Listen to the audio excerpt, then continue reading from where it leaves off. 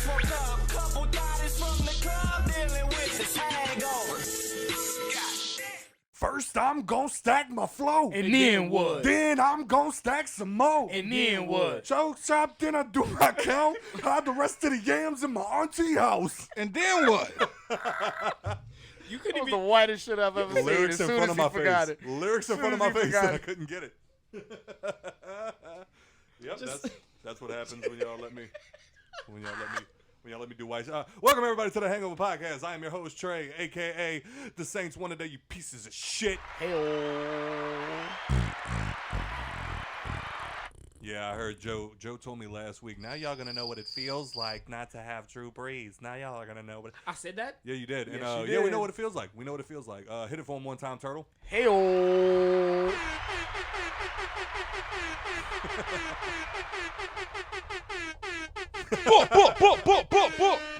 You a Saints fan too? Hell yeah. Sitting across from me, as always, is Takeoff Music's very own Mr. TRTL. Hey-oh. He's just gonna let that shit ride. Sitting directly to my left is the salty, savage section servant. Boy, he called you a servant. Whatever, He- peasant. He has no affiliation. He's just drunk. Mr. Average Joe. Hit him with the boo one time, just because everyone's like. Oh, and I I'll allow it. also didn't know if Mr. He said it was gay, so what? Boy, fuck you. our friend of the show, Mr. Brett Babineau, he had a message for you. Which was? Man, fuck Joe. I get it. I've been saying fuck Brett for since episode 4, 3, 2, 2. I'm gonna say 1. negative 16. Yeah. So I stole the nigga's glass in your house. yeah, that was the ultimate mode of disrespect. Yeah. Well, directly to Mr. Average Joe's right, she's back and And stole my glasses. all right, everybody. I pulled them up. My name Scott, aka Treezy, aka Treezy Scorsese, aka Trey, AKA 3 times if she let him. aka 3 times and I'm tired. AKA I marry niggas. I solemnly apologize for saying last week for her to go make me a sandwich. She is home now, and she heard the joke and was not amused, and she is my sunshine. I love her, and I apologize profusely. Miss Nikki P, hit it for it one time. Hey-oh. I was waiting for it. Hello, guys. Welcome back, dear. You wasn't fucking with it? There's Nicole in honestly? this house. There's Nicole in this house. Kiss ass now. Oh, Nah, yeah, you wasn't you're fucking with it. I didn't know it existed until he messaged me. He's like, "Hey, by the way, we started the show and we were kind of fucking around, and the show came out and I listened to it and I cracked up. I'm like, I'll be damned." And then she called me and she was like, "I'll fuck you up, motherfucker." My favorite part was Turtle being like, "Who you big capping?" And then Joe's like, "Domesticated who?" But yeah, it sounds about right. directly to Average Joe's left, we have somebody that I'm actually very excited to have in here. He was my mentor the first time that you can hold your finger off for a second. There's gonna be a long intro, Turtle. I mean, do what you do. He was my mentor when I first started podcasting. He was the person who was part of getting me back into podcasting. I mentioned him in the first episode. He is a podcaster himself that is on a little bit of a hiatus, I guess you can say. He is a writer. He is a director. He is an actor. He has a video that went viral recently that was featured on NPR. Yep. And it's called Stay at Home, a short film, and he also has another short film that we will give context to, and once we get to him. To him. Hurry up, nigga. I don't have an upper lip. He has another short film that also went viral years ago called Faggot, and he is Mr. Charlee Summers. Yeah. Again, nigga, you're an actor. Book. Cry right now. Cry right now. He is an actor that has worked with some of my personal heroes, so we will hear those stories before the show is over. So, welcome, Mr. Charlee Summer. How are you doing today? Doing fine, doing fine. You looking fine? I try. You look like you're some like an unlockable character in Mortal Kombat 11. He like about to freeze a nigga right now. Yeah, right. there's the whole. Well, today I am drinking. Today I am drinking Bacardi Dragonberry because I am broken. It is delicious. Yeah, Tastes great with cherry coke. it does. And we have some new top fans this week that we are going to have to get to right now. All right. So, for 2 months, we have Mr. Dustin Spencer, Mr. Larry Frederick, Mr. Devin Whitmore. Hey, my guys. And then for 1 month, we have DJ Wilson, Cody Freeman, Matt Tranchina, and Jason Diffran. Yeah, bro. Jason Dufran. Good to see you, DJ. Hey, don't that shit like orange juice? God damn it. And then for 3 weeks, we have Mr. Swamp Thing, Ian Nicholson, the degenerate himself. Yes, sir. Yes, sir. Fuck him too. He won't come watch football with me today. I need people to watch football with. Y'all be selling me out. He said it was gay, so what? Wow. Man, fuck Joe. You know what? Hey, take my spot, bro. And then I've been quitting for like 3 weeks now. you have for more than 3 weeks. But our newest top fan, and I'm actually offended that it took this long for her to become a top fan. She is part of the reason that this show exists. Miss, now known as Mrs. Asia Donaldson. Hey, Just went to that wedding recently. I mentioned that last episode. We got fucking wasted. We mentioned that last episode? yeah. Yeah. Oh, damn, I was fucked up. Yeah, then. you were. I don't remember that shit. We had to be the weirdest niggas at that wedding. We were absolutely the weirdest of that wedding. Yeah. But today we want to thank our friends over at Audible for supporting the show. Like I tell y'all every week, I personally am a book nerd. This week I got a random hair up my ass, so I went with Sons of Anarchy Bratva. Set after the 4th season of the groundbreaking television drama Sons of Anarchy from the mind of executive producer Kurt Sutter. With half of the club recently released from Stockton State Penitentiary and the Galindo drug cartel bringing down heat at every turn, DMC already has its hands full. Yet Jax Teller, the VP of Sam Crow, has another problem to deal with. He just learned that his Irish half-sister Trinity has been in the U.S. for months entangled with Russian Bratva gangsters. Now that she's abruptly gone missing, he's sure the brewing mafia war connected to her disappearance. Jax heads to Nevada with Chibs and Opie to search for her and seek revenge. Trinity may be half Irish, but she's also half Teller, and where Tellers go, trouble follows. Listen to that great book and more, because now listeners of the Hangover Podcast can use our link to get a free audio book with your 30-day free trial. I tell y'all every week, head over to audibletrial.com/hangover. That's audibletrial.com/hangover to start your free trial and get that free audio book. Now, let's start the show. Your man's is still paranoid over here. Yeah, coughing on people. I didn't cough on him. I coughed. You doing jack off motion? Head on over to Audible. .com/hangover. Jerk it. But also, real quick, The new book is Jerk It. jerk it real good. But no, Jerkins, nigga. I meant to mention we got some big things coming up for everybody that listens. We got some stuff that we're gonna try to get together. We might have a raffle coming really soon that we're gonna want everybody to get involved in. It's gonna be a cheap buy-in for a big payoff, if you know what I'm saying. So there's gonna be that. Sounds like prostitutes. Shut up. We haven't. They haven't actually started selling the tickets yet. But if any, like, we're all nerds in here, so it was only right. For yourself. Shut up. All right. Well, we got a bunch of nerds in here and one lame person. Mr. Cool Guy. Mr. Cool Guy over there. Ooh, I direct short films. Couldn't even make tall films. No, you got a nigga bitch like that. You got a whole ass mic. You gonna let Hey him bitch man, you? sometimes you just gotta accept the truth how they come, bro. But Comic-Con is, as of right now, coming. Well, it's Wizarding World, WizardCon, whichever one. It's coming to. With Harry Potter and them. It's coming to New Orleans in early January. I want to say. Look at how Nicky's face lit up. With who? I want to say they're coming the 8th through the 10th. Like wizard, like who? Like wizard, like who? I'll let y'all finish. We will, nigga. When Leviosa Look, trash. But we got the Wizarding World coming to New Orleans to the convention center, I think, early January. And just to get it in y'all's heads now, I don't think the tickets are on sale yet. But whenever they do, if you use our promo code Hangover at checkout, you'll get a 10% discount, and you will support the show by doing so. So whenever the Wizarding World tickets go on sale, add Hangover to the promo code at checkout. You're getting money off. Like, come on, man. And there's wizards and shit. Hey, we went last. It's magical. We It's went not last year, year Beat me before. to it. And Jason Momoa was there. Luke Cage was there. The Punisher was there. All of them were At there. the WizardCon?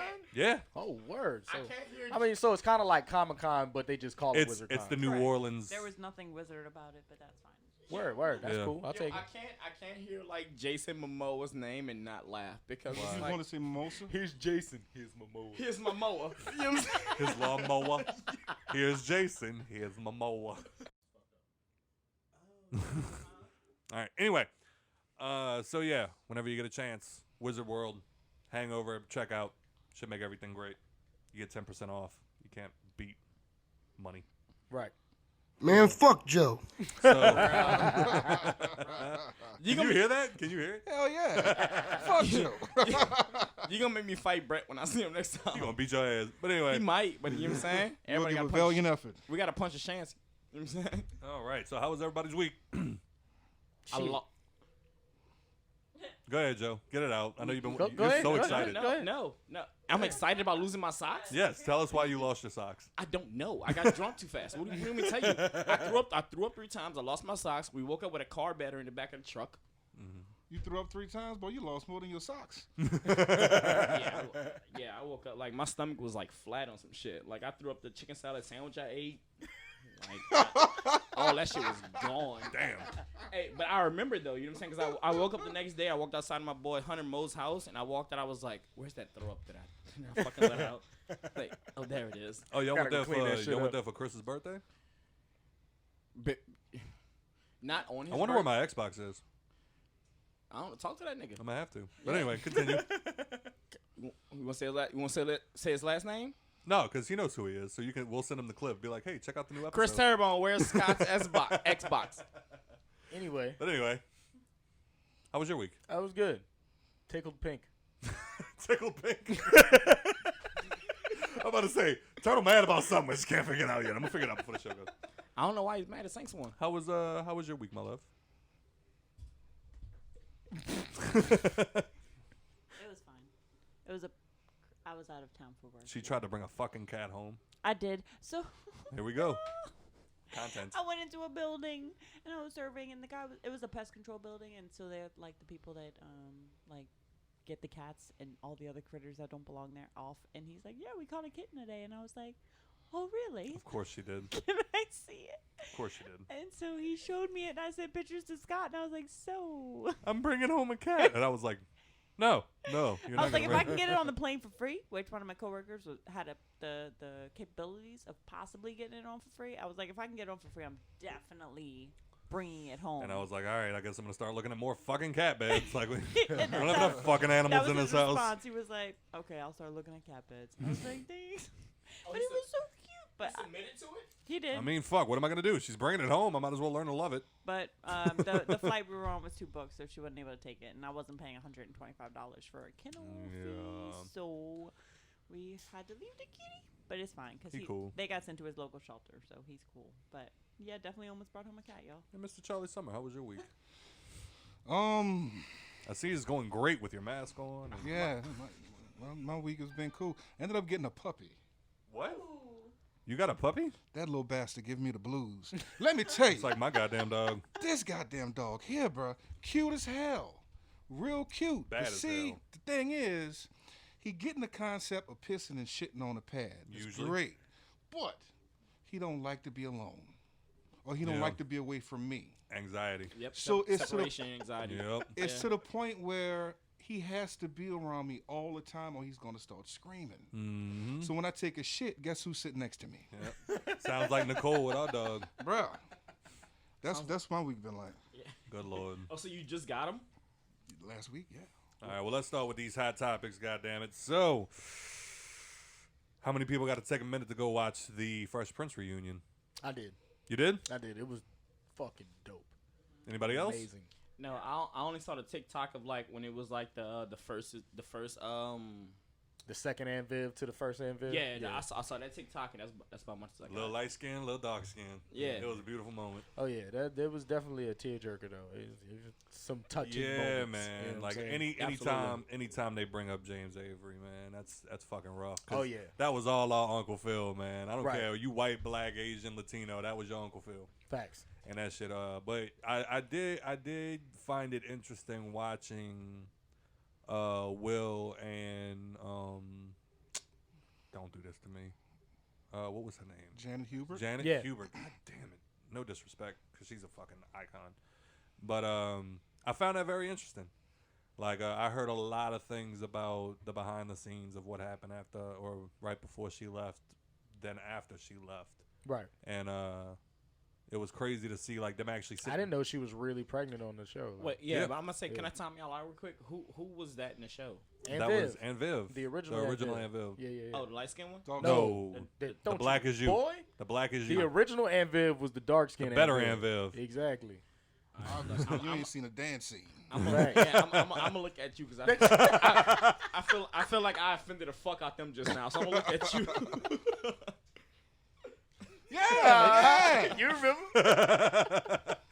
But no, that was crazy because I remember her saying like, but I mean, like, obviously there's two sides to every story, and I feel like Will kind of bent a little bit just to like keep the peace. That's the vibe I got because like I definitely heard some horror stories about working with her on the set from all of them. Like I remember Alfonso getting on stage in front of some college and talking about how like the whole set became a family except for her.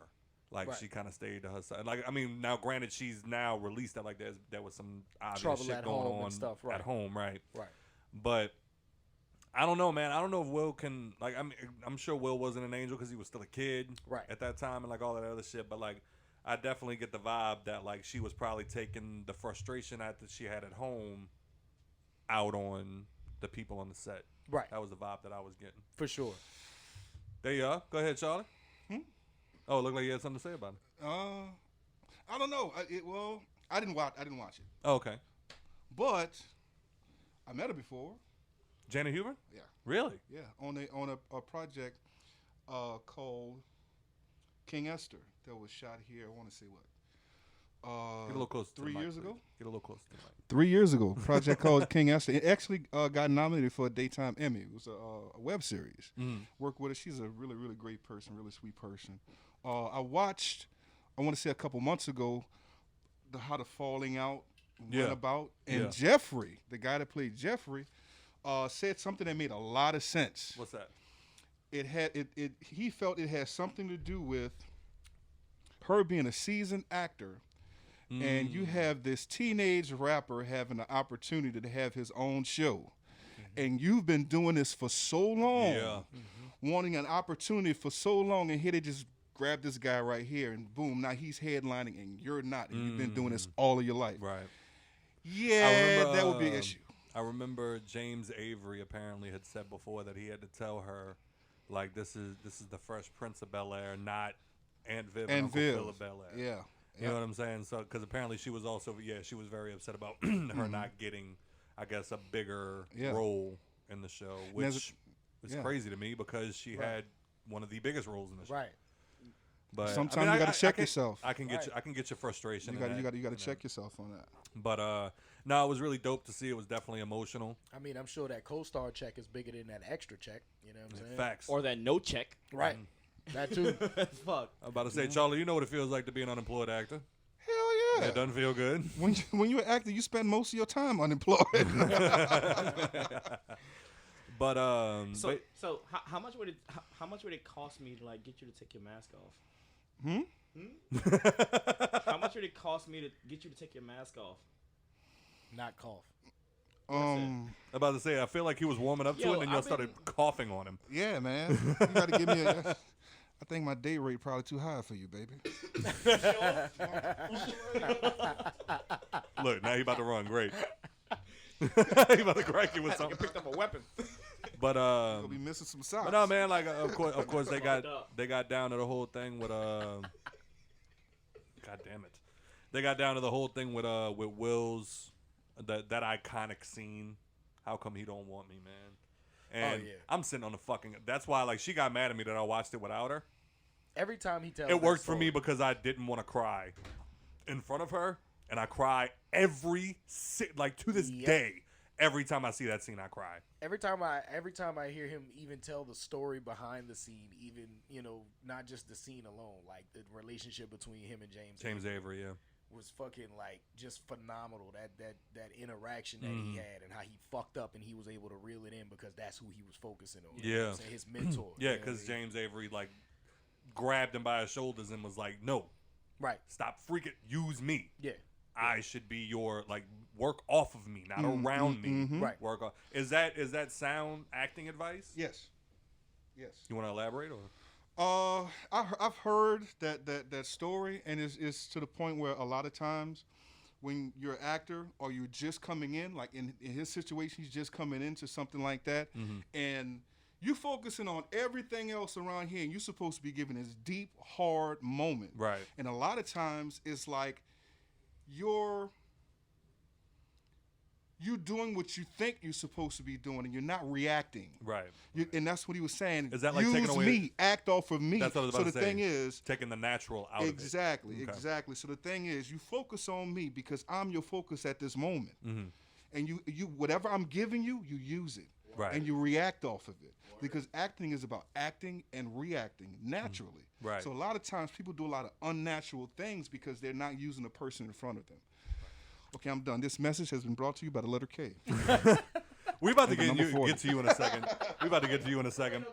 Because especially the people in this room, we're big movie and TV show nerds. So I've been waiting to pick your brain about this shit. So we're gonna get to that in a minute. Were you about to say something?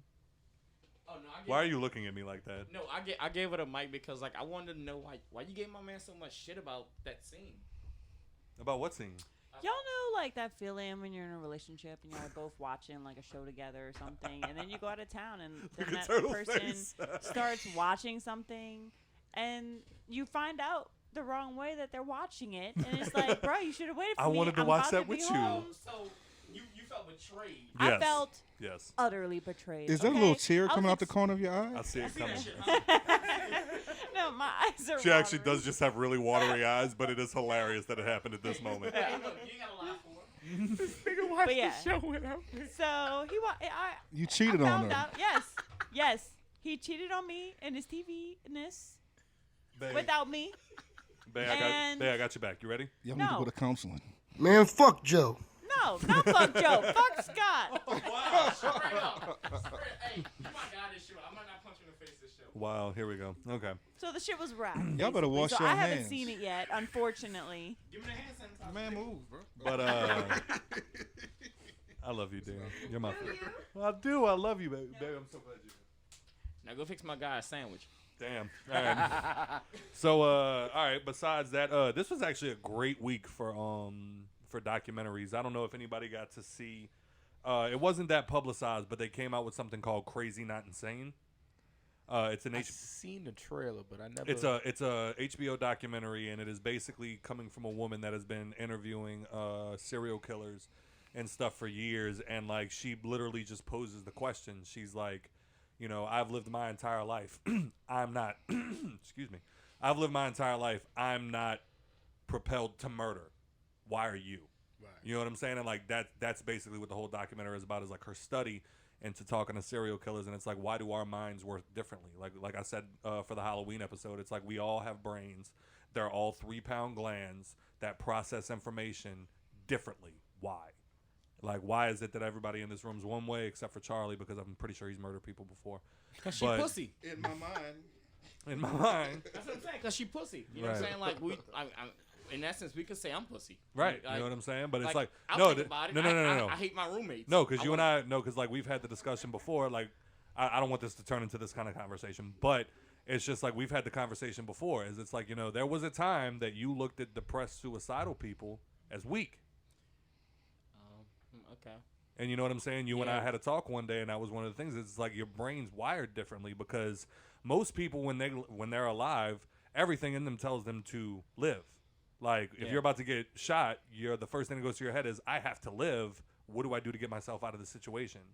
But people that are normally depressed and or suicidal, that gets taken away from them Yeah, in a but sense. Yeah, but you knew I dealt with depression before I did. Right. Well, we're not going to go down this rabbit hole. But I think it's the same way when it comes to murderers and like everything else. Like they found out that like a lot of people from the documentary that I was like the little bit of the documentary that I saw because I didn't get to finish it. But one of the things that she talked about was like a lot of these kids have like some sort of psychosis mixed with abuse at home while they're a child. You know what I'm saying? And I think that was that obviously like the domino effect, like that's a big part of it is you already have a bit of mental instability coupled with being in a broken home where they're getting abused, and then it goes from there. But I definitely want to finish it. It seemed very interesting. So there was that one. There was the Fresh Prince, and then there was Hit It For Me One Time. I don't know where this is going, so I'm waiting. But I just want you to hit it for me one time. But like hit what though? gay, so what? Not that one. Not the applause. Hit it. No. Hit it. No, hit it. Hit the applause. 6ix9ine's documentary came out this week. Smart man. He's a smart man. I'm proud of him. He knew. Hey, He I'm knew not it was gonna lie. I knew you were gonna bring this up, so course. I brought myself down to the ground and watched it. Was it? All right. It wasn't I'm proud of actually you. like a 6ix9ine documentary per se. It wasn't like somebody walking around with 6ix9ine and him going, "Yeah, yo, B, so I used to kick it over here with my bloods and you know." I wouldn't watch that shit. I wouldn't watch that shit. No, it was like a dude who was interested in 6ix9ine's dumb ass and was like, "I want to find out why." The he's story. like this. The story. Yeah, and that's. It was literally- good. Yeah, I didn't finish it again. I watched most of that one though. Like I was almost done. I just happened to like turn it off with like 10 minutes left. But I gotta say, like, yeah, I think I had like another like 20 minutes. like regardless of what you think about 6ix9ine, because like I said, I think he's a clown. Yep. But the story is interesting. Like if you look at it from beginning to end, like him coming out of nowhere, and like now, granted, most people in this room were not fooled. A lot of people that I know weren't fooled. A lot of people knew he wasn't this gangster that he tried to portray himself to be. But he fooled a lot of people. He made a lot of people think that he was this type of person. Yeah. And he was running with these types of people that were those type of people. Right. And Well, at a certain time. What do you mean? It didn't start off like that. The dudes that he first started running with was like some Lupe No, not Scum Fiasco, Gang. I'm talking about like once he. Backpack Gang No, I'm type talking about when he cats. was first. Really? When Yeah, he, facts. yeah, And Scum I Gang? was like, yo, how did he come from this and turn into this? Like no, Scum Gang came afterwards. Oh, really? Yeah, Scum Gang was like his thing. Oh, that wait, he okay. started. All So right. he Yeah, wasn't always like this wild cat. or No, like Scum that. Gang. Scum Gang was before him. He joined Scum Gang. No, I'm he telling you. made Scum Promise Gang. you. He Promise. made Scum Gang with these two other cats. Did you not pay attention to the documentary? Yes. And I watched the other documentary about him. Scum Gang was before him. Well, whatever.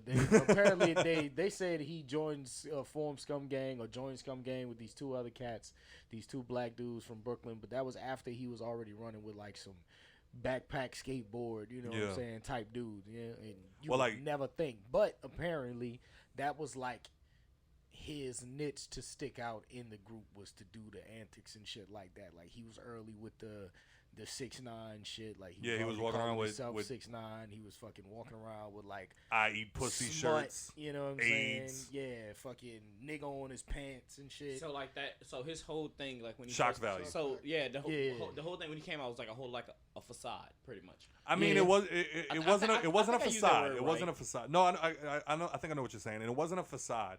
He wasn't trying to portray himself as like this at first. He wasn't trying to really portray himself as like this big gangster. But it was more like, it was just like, all right, he did something shocking. Like he Right. wore a shirt that said AIDS on it. Right. And then people were like, oh my God, your shirt. Let me take a picture Right. with you. And he was like, oh, I did something weird. People gravitated towards Right. that. So now I'm going It to was take it a all step clothes further. at I'm going to take it a first, step like, further. I'm going to He take it was a just step making further. clothes, and then it went to like fucking him doing him getting noticed from the clothes. So he started doing music videos. And he called up his partner one day, and he walked in the room, and it was like fake bags of coke on the table, bunch of chicks there. No shit. Yeah. And It was just and, like the he's thing got that one he was video. doing. One video when he first started, he's got somebody shooting heroin in it. Yeah. And it was like he fucking- was he's got some literally chick like shock giving value. it. He's got some chick like in his very first video. He's got some chick giving him head and shit. And that was like more his thing was like sexual innuendo. And I said innuendo. Innuendo. Innuendo. In the window where DJ said he's gonna come through. I'm gonna come through in the window. I'm glad Scott But, here. I'm glad you're here because I was gonna let this shit ride. Like, He called himself on it. I was gonna let it ride. Yeah, But anyway. But he and then he caught that little,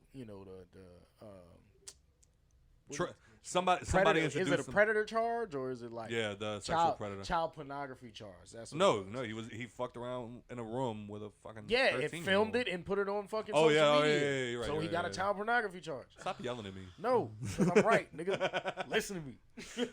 But yeah, I But know. yeah, so after that, that's when he started with the gang, blicky, hit you with the sticky. Yeah, somebody all of that introduced shit. him to Treyway. Blake Yeah, Griffey. And yeah. when Blake Griffey, And the crazy thing is, he had to go to like Russia and all of that shit, and that's when we started seeing 6ix9ine and didn't know it. Mhm. And then like once he got back to the U.S., that's when he met. yeah, if you go Treyway back, and all of them and joined the trade. if you go back and rewatch the Gummo video, all of those dudes that he's outside dancing gangbanging with, none of them know who he is. Yeah. Maybe one or two people out there know him. All the rest of them, I learned this from the podcast that I listened to, the Behind 6ix9ine, and it was one of his friends knew a guy that was in Treyway, and they said, hey, and he said, well, first he said, I thought to myself, I can't convince them to come out here for a music video for him, Right. so I'm gonna tell him it's my music video. Right. Hey, bring Treyway out here. We're gonna do a music video, and I need y'all's help. And then, surprise, it's not me, it's him.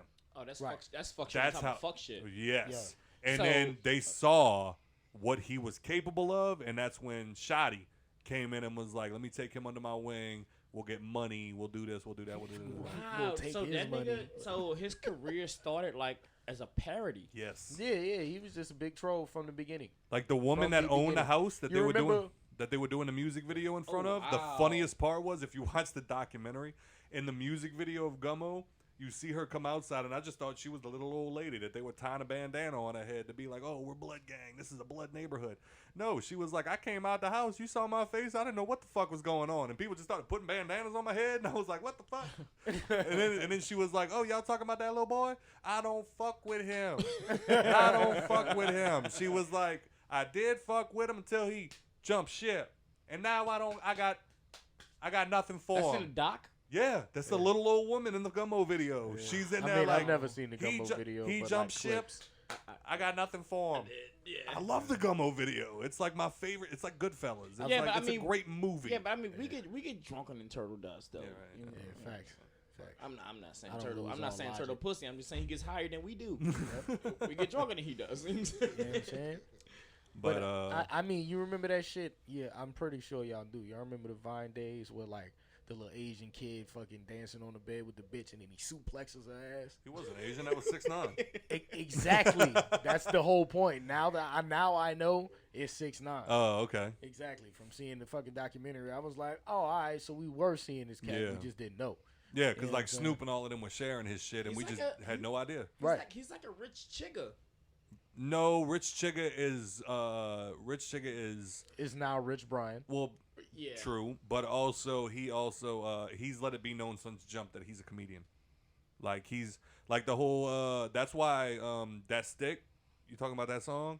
The I reason don't give a fuck. Yeah, about the that. reason that song was so funny was because I knew think it who was he that was voodoo boy, before yeah. that song came out, so that's why it was like, oh, this is fucking hilarious. But then people were like, oh, he ain't no gangster, and I was like, do y'all not know who this is? No. He's a They didn't. comedian. Like he makes funny videos. Like that's who this is.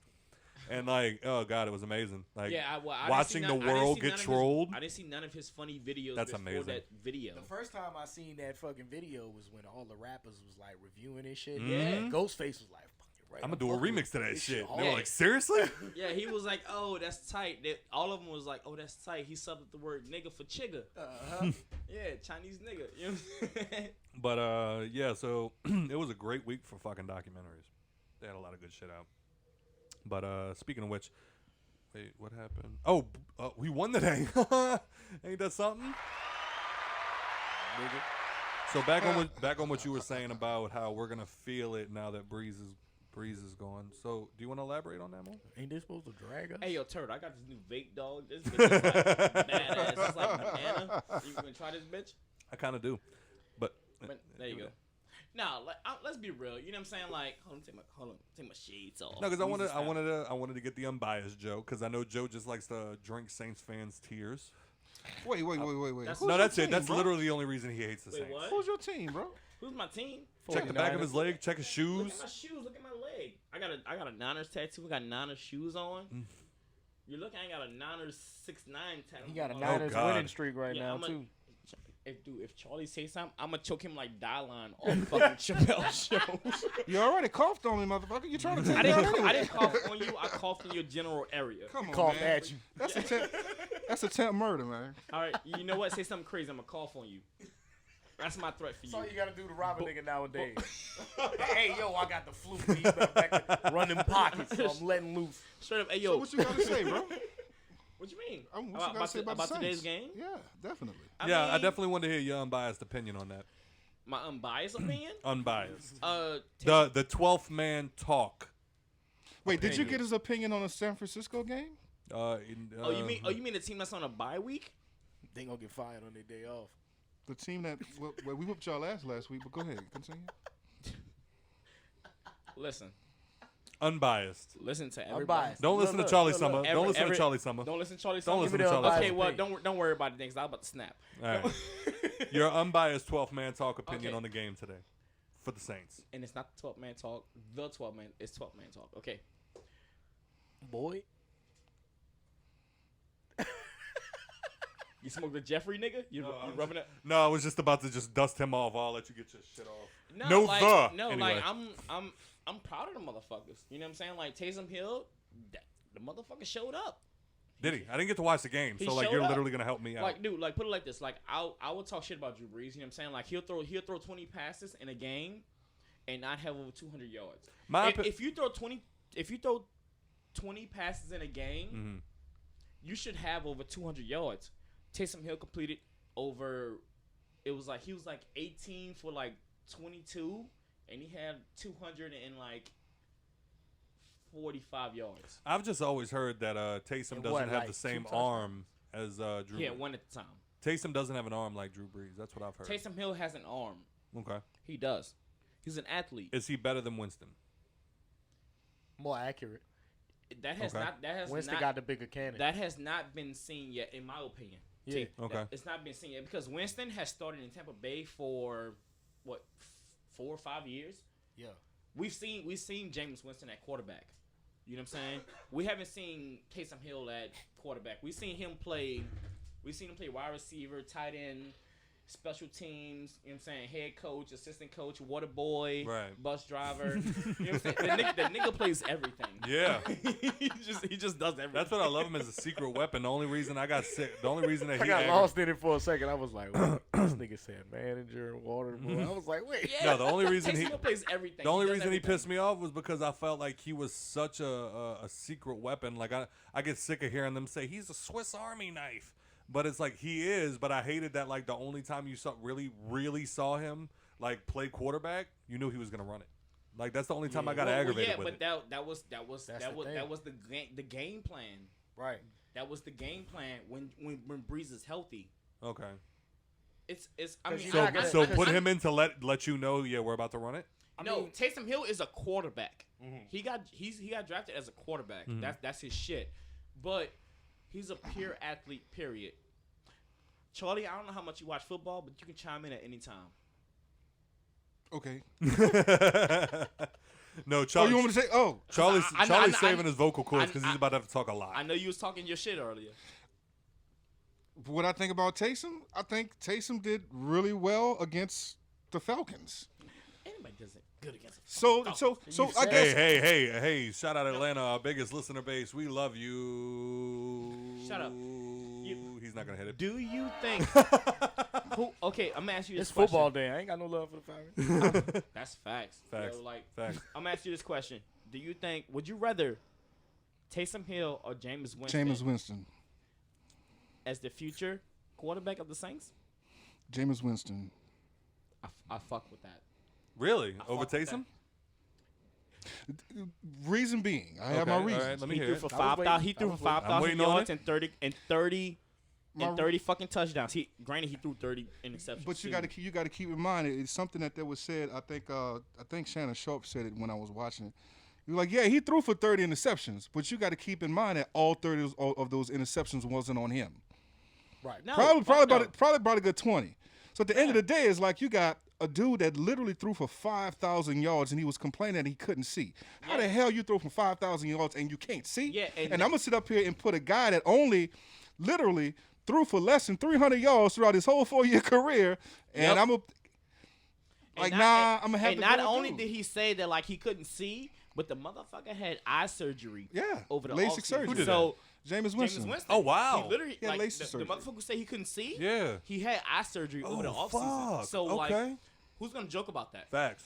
All right. You have, Make but you that also shit have to look at his dedication because Jameis Winston is not the same Jameis Winston that he was in Tampa Bay. You Right. see him on field, he looked totally different. Yeah. That dude went on a vegan diet. He done lost so much weight. He Yeah. looked like a big, tall ass deep freeze on the field He at still one look point. goofy as fuck on the field. Now he's slim. It's like he's taking it seriously, and I'm sure that I don't know, bro. I would And bank on it. I don't know how much you know about. I know you don't know much about this, but I like don't. James Winston, he threw for 5,000 yards. The only person that like I've known for throwing for 5,000 yards over a 4 or 5 season span, Drew Brees threw for 5,000 yards over a 5. Well, it was like 5 seasons. He threw for 5,000 yards for 4 of those seasons. Right. That's big, dude. Yeah. If you Yeah. throw, if you throw for 5,000 yards, that's big. That's what my dude on big. fucking Madden does when I up him to like 99. and put the man cards on him. Yeah, right. Yeah. I just think that Jameis Winston has way more experience in the pocket under center than Taysom Hill does, and if you couple Jameis Winston with his raw talent, even though And a good old line. even though that Facts. Taysom Hill has raw, he's a complete athlete, but Jameis Winston and his raw talent as a quarterback for throwing 5,000 goddamn yards, and you couple him with Sean Payton, under Sean Payton, boy gonna be nasty. Hey, look, what he just said. Listen to me. I agree with. Jameis Winston is a fucking dog, if you ask me. If you don't throw 30 picks that game, that season, we're not talking about him throwing 30 picks. We're talking about Jameis Winston being like the future of the Saints. Right. Right. You know what I'm saying? Man, fuck Joe. Y'all gonna make me and Brett fight. We gonna fight. Hey, Turtle got his buttons. I got fuck Joe. That's all I got. That's But I think now is about the time. Slap shit out of Brett. He gonna fuck you up. I think now is about the time. I kind of want to pass the mic to Charlee Summer because He already got him. Right? shut up. But I think it's about that time. I kind of want to ask him a little bit about his illustrious career. It's not that illustrious. Illustrious. Man, fuck Joe. All right, we back. We had to take a little break because Miss Nikki P has been up all day, and then she started drinking mimosas. So she's like, "I'm tired, yo. I'm gonna sit in for the rest of the show, but I think I'm gonna sit it out." But give it to her. She gonna fall asleep. Give Nikki P. Give it to the whole one time. Fuck, one time. That's it. He said it was gay, so what? Oh, and we want to give a shout out to her cousin Blair. Happy birthday, Blair. Happy birthday, bro. Happy birthday. Look at this asshole. Hey, Blair. But anyway, so so before we got off, I wanted to talk about Mr. Charlee Summers' illustrious career. You know the crazy part about it? What's that? This dude went on break just to give me a shot. Was it good at least? We about to find out. So Feeling all warm inside. Hold on, wait. that's time that out, Rugaroo. Time out. This nigga rubbing his thighs, yo. Give me away from this guy. Starting to kick in. Damn. You're looking pretty good, Joe. Hair looking nice, boy. That shit laid right. How much do Black Lives Matter to you? Jingling, you can't be pitching war on the job. Goddamn. We're done here. This has been another episode of the podcast. Hangover. Yep, I'm feeling that Hangover drink. stuff. But Give me another one of them things. but anyway. It's about to be lit. Go ahead. But so I was more excited to bring you in because acting, movies, TV shows, like all of that stuff is always obvious. Like, I mean, I'm sure to most people, but to me, like, acting was the first thing I ever actually wanted to do. And clearly it's not for everybody. Like I think that like it actually takes a select amount of people to be a professional liar. Crazy. I think is the term that I use when it comes to actors. Like, because we were having a discussion about it the other day, and it's like I remember watching something recently. It was a true crime thing, and they were talking about how the killer's body language gave him away. And I feel like as an actor, like that subconscious body language that people give off, actors have to learn how to control. So just to get it, where did you start? Like your entire acting foray, like what got you into acting? What made you want to start acting? Ask my mama, she gonna say I started acting the fool in class. Ask my mama, she'll tell you the same thing. That's how it started. But no, I started acting from patrolling the streets with the military after Katrina. You were patrolling the streets. I mean, in what branch of the military? Air Force. Air Force. I'm like, all right. But the Air I thought you were Force. gonna say Mortal Kombat. Making you look like an asshole. We was augmenting NOPD, and I was always into like Katrina made you want to start acting. Yeah. I'm sorry. Continue. I just wanted to clear that up. Like seriously, because growing up, I was always into like artistic stuff. Whether it's music, I can pick up an instrument. You give me 2 weeks, I'm gonna play it. Really? Okay. Yeah. Art, I can draw. I did martial arts for 12 years. I actually fought on the U.S. martial arts team. Serious. That got me sitting next to this nigga. This not a fight. Like I did all of those things. So patrolling the streets with the military was going down. What street was it? I forget. And I saw a sign that says, acting school. Mm-hmm. I'm like, hey, let me call the guy out and try it out. See my hands in New Orleans. Yeah. Okay. Called him up, and everything started from there. He put me on stage, started doing stage plays, and from there, ended up getting an agent, and kind of kept going from there. And this, like, so you went to acting school and then eventually got an agent? Mm-hmm. So we were talking about it outside. You went to the New York Film Academy, which is the big one. Yeah, in Los Angeles for film. Yeah, but as for New York Film Academy. Yep, your New York Film Academy in Los Angeles. It started out in New York. Yep. That just fucked you up, huh? It really messed everybody up. I know. I don't believe you. I feel like now you went to Delgado. Hey, yo, niggas be quick to go to Google, son. Yep. I think you lying too. It started out in New York, and then they got a location in Los Angeles. I think in Orlando, it says it's in Florida. New York. What are you telling me right now, Charlie? There's one in Los Angeles, bro. I'm gonna keep looking. There's one in Los Angeles. There's one in Florida. I think there's one in Dubai. Damn. So you went to the Film Academy in Los Angeles. Mm-hmm. But that wasn't the school that I went to when I first started. Oh, okay. But you went to one, and then when you started taking it seriously, yeah. Then I went to film school, but I didn't go to film school for acting. Okay. I went to film school for screenwriting and directing. Word. Because I kind of figured that I had already been in television and film.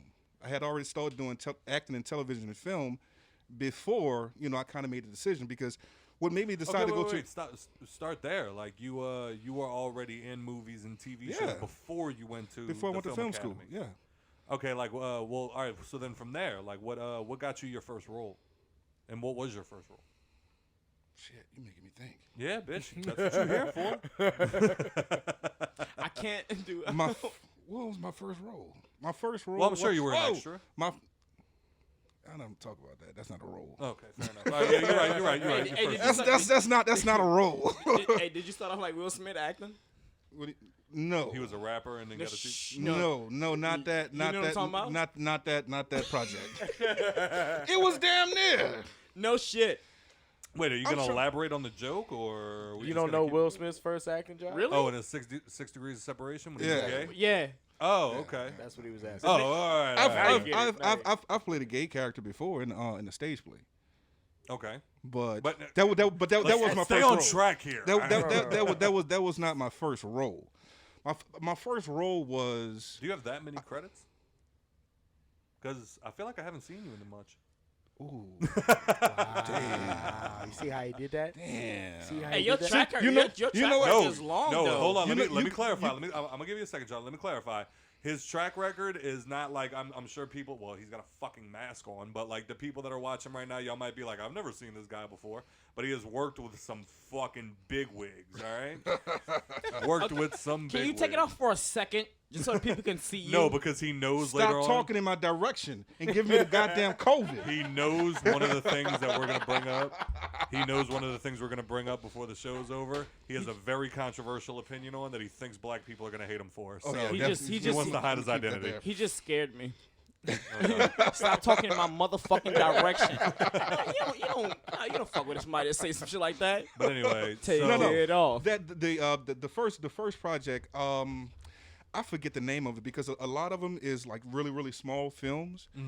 Because when you start, you don't necessarily start in big budget projects. You're Right. going to start in small independent projects, and some of those projects don't make it to IMDb. right, okay. But you do get a start. What would you say is like so you said that you were doing TV and movies before you went to film Yeah. school. So what was like your first recognized role before you went to film school? My first recognized role was Battle Los Angeles. Battle Los Angeles, and that was with Michelle Rodriguez. Michelle Rodriguez, Neo. I saw the clip of you in Battle Los Angeles. You died.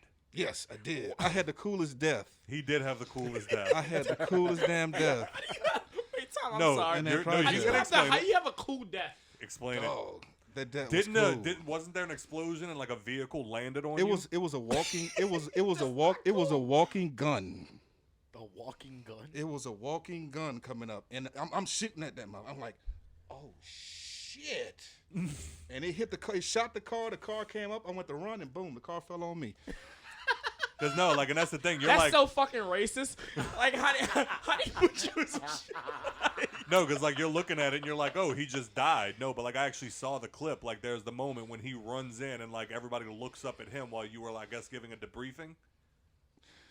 Yeah, I didn't die at that part. No, right. That's what I'm Yeah, saying. yeah. Like, Well, yeah. no, what I'm saying I come is in with you Michelle didn't just Rodriguez. die No, in the movie. You I actually was had there. a Yeah, I had speaking a, role. Yeah.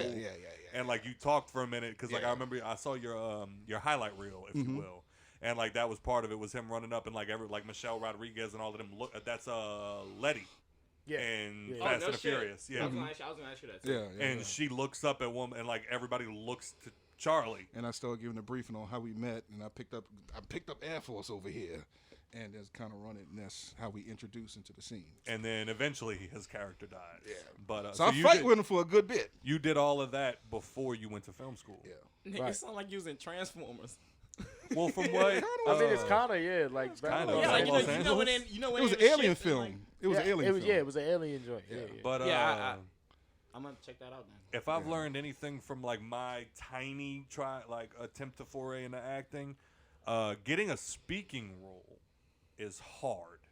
Like even as small as maybe your character was in Battle Los Angeles, it's still hard to get lines in a movie. How would you, if you were to tell people that are watching right now, like that want to try to get into acting, like what would be your advice? Get an acting coach. Get an acting coach. Yeah, that was gonna be my question. Like, And like we- is it like as hard as people make it like out to be? Like getting the role and shit like that. Like, is it hard?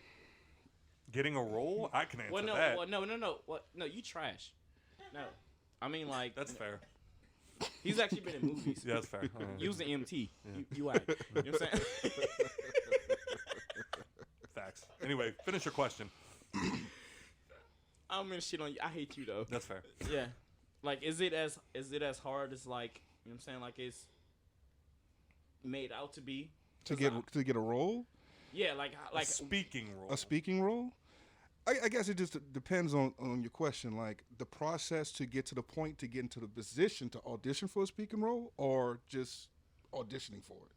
Did you have to fuck your way to the top? No, I didn't have to fucking wait to the top. So pretty much what it was is, got an acting coach. Acting coach hooked me up with an agent. And then from there, you go into, they get auditions. If the audition is for you, they send you in. As far as getting a role, you got to kill every audition you're in and forget about it. That's the biggest thing. Kill the role and forget about it. What ended up helping me out was the fact that I would forget about it. So when I went in, I didn't care. Right. I didn't care what they thought. Right. Because when you go in there and you're like, oh my gosh, I got to get this role, I got to do this, you're not losing yourself. Right. So when I walk in, I'm like, fuck this role, fuck all of y'all. Right. I'm going to do this part, and when I do it, I'm going to lose myself in this character, and I'm going to be done. I'm getting the fuck out of here. Right. I feel like that would help. Came to do my job. And that's what it was. Yeah. That's what ended up happening with Battle Los Angeles. That's how I got the part. No Because shit. I walked in, I did not want to be there.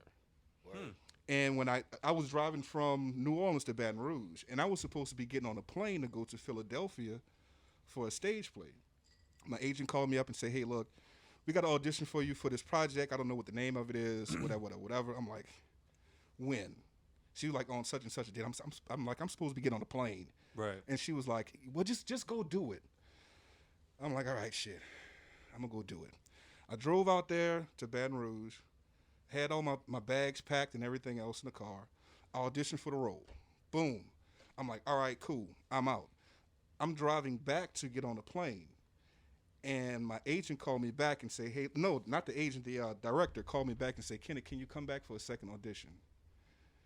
I'm like, I don't know, bro. I'm supposed to get on the plane. He was like, we really would like for you to come back to get on. And not even as like, audition. and not even as like no disrespectful type shit, but like you didn't have a big role in that movie.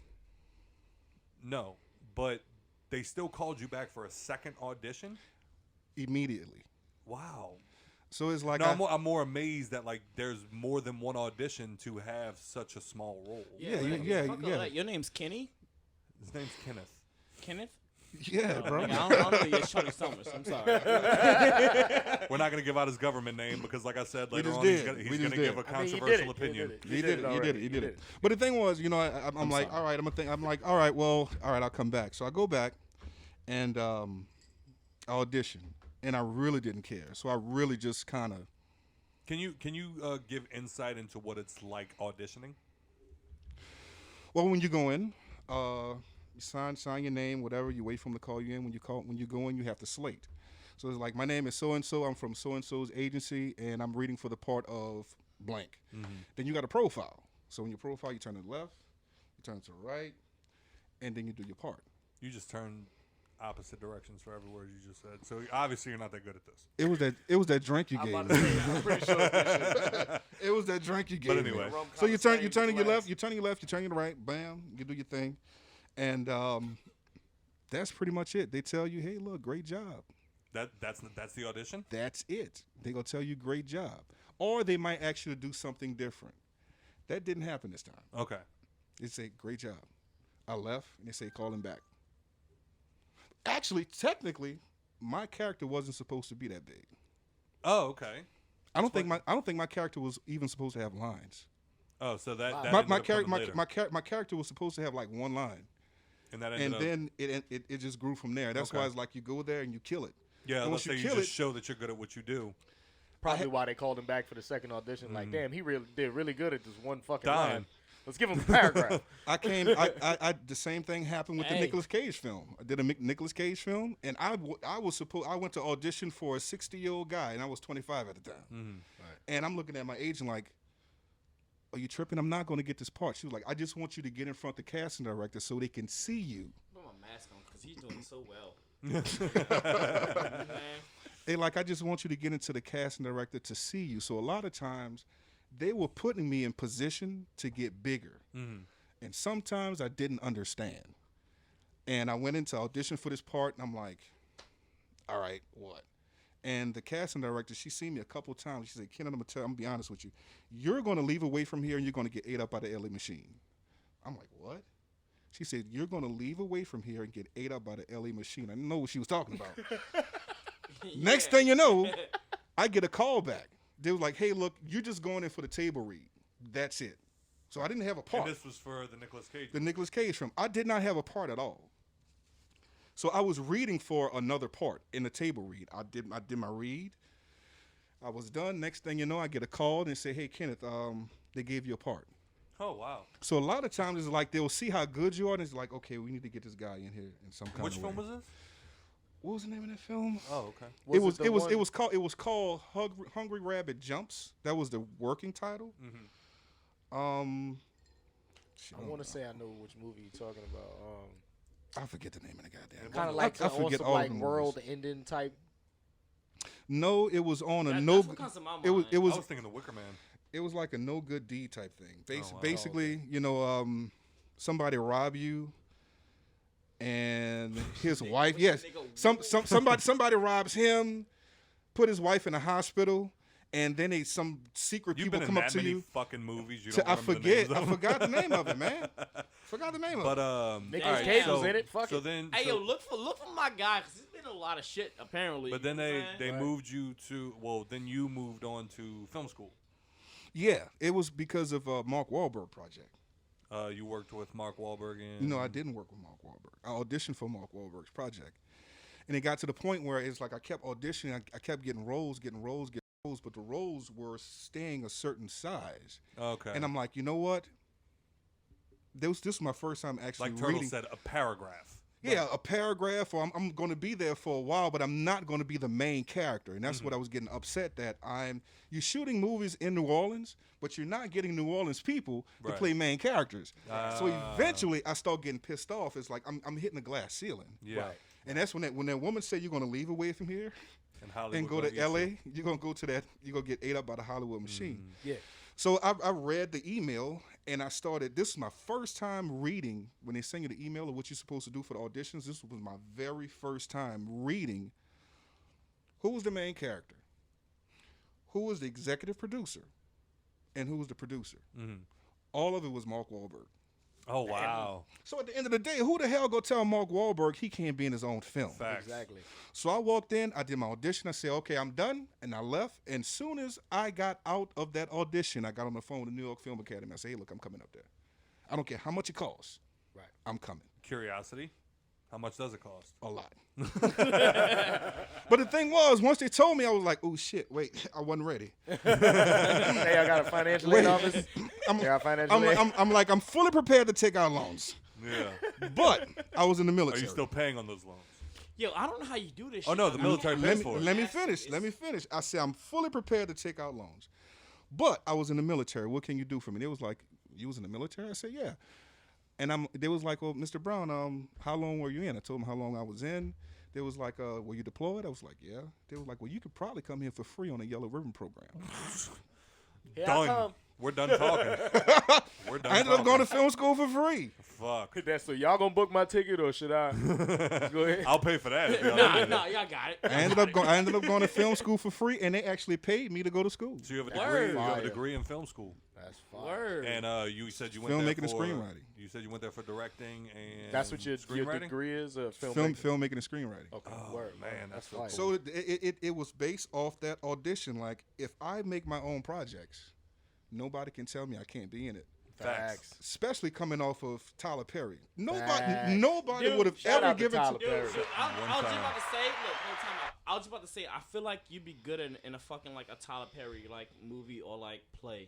I think if I you stop don't fucking know why I around, you was could make a thinking that. Tyler Perry type movie. Yeah, I feel like he I can. was literally just He's thinking that. he's definitely got that type of creativity. Yeah, I've you watched do. a lot of Charlie short films and. I Them mean, shits it's- is good, yo. Can But, you show your face? Like I just God please, damn it. please, just, But, just one time. No. But I wanted to get on. So, like, if people that watch this often have noticed, we have a Robin Williams autograph in here that I paid a lot of money for. That is actually, that is my idol. Like, out of everybody in the world, that is my idol. And Charlee Summers, you got to work with him one time. You said that it was a great experience. Yeah, it was. I only talked to him for a short amount of time. I was held about 30 minutes. You remember what movie it was? Short amount of time, nigga. That's a long time. To I'm Robin saying. Williams. I mean, If I could- if I that's could a short bend- amount of time. If I could To bend Robin, nigga, that's a lifetime. no, to for us. no, for Robin Williams, 30 minutes is nothing. The thing is, Do you remember what movie it was? it was a TV show called The Crazy Ones. Okay. And that's this when I was in LA and I auditioned for that project out there and I ended up booking a part in it. And he came up to me. He was like, "What's up, man? How you doing?" I'm like, "Fine. You're Robin How are Williams. you?" You're Robin Williams. Yeah, I'm. You don't just walk up to me like that. I'm sitting in my chair, and there's like the other main actor sitting in their chair. We talking. He came. He started talking to me, and the thing is, the dude can turn it on. Mm-hmm. Like, Like your turn old it friends. on. That's Right. all I've ever heard about him. Y'all are old friends. He'll turn it on, and the thing is, he'll go joke after joke after joke after joke after joke after joke after joke, nonstop, and you're laughing, and then he'll turn it off and walk off.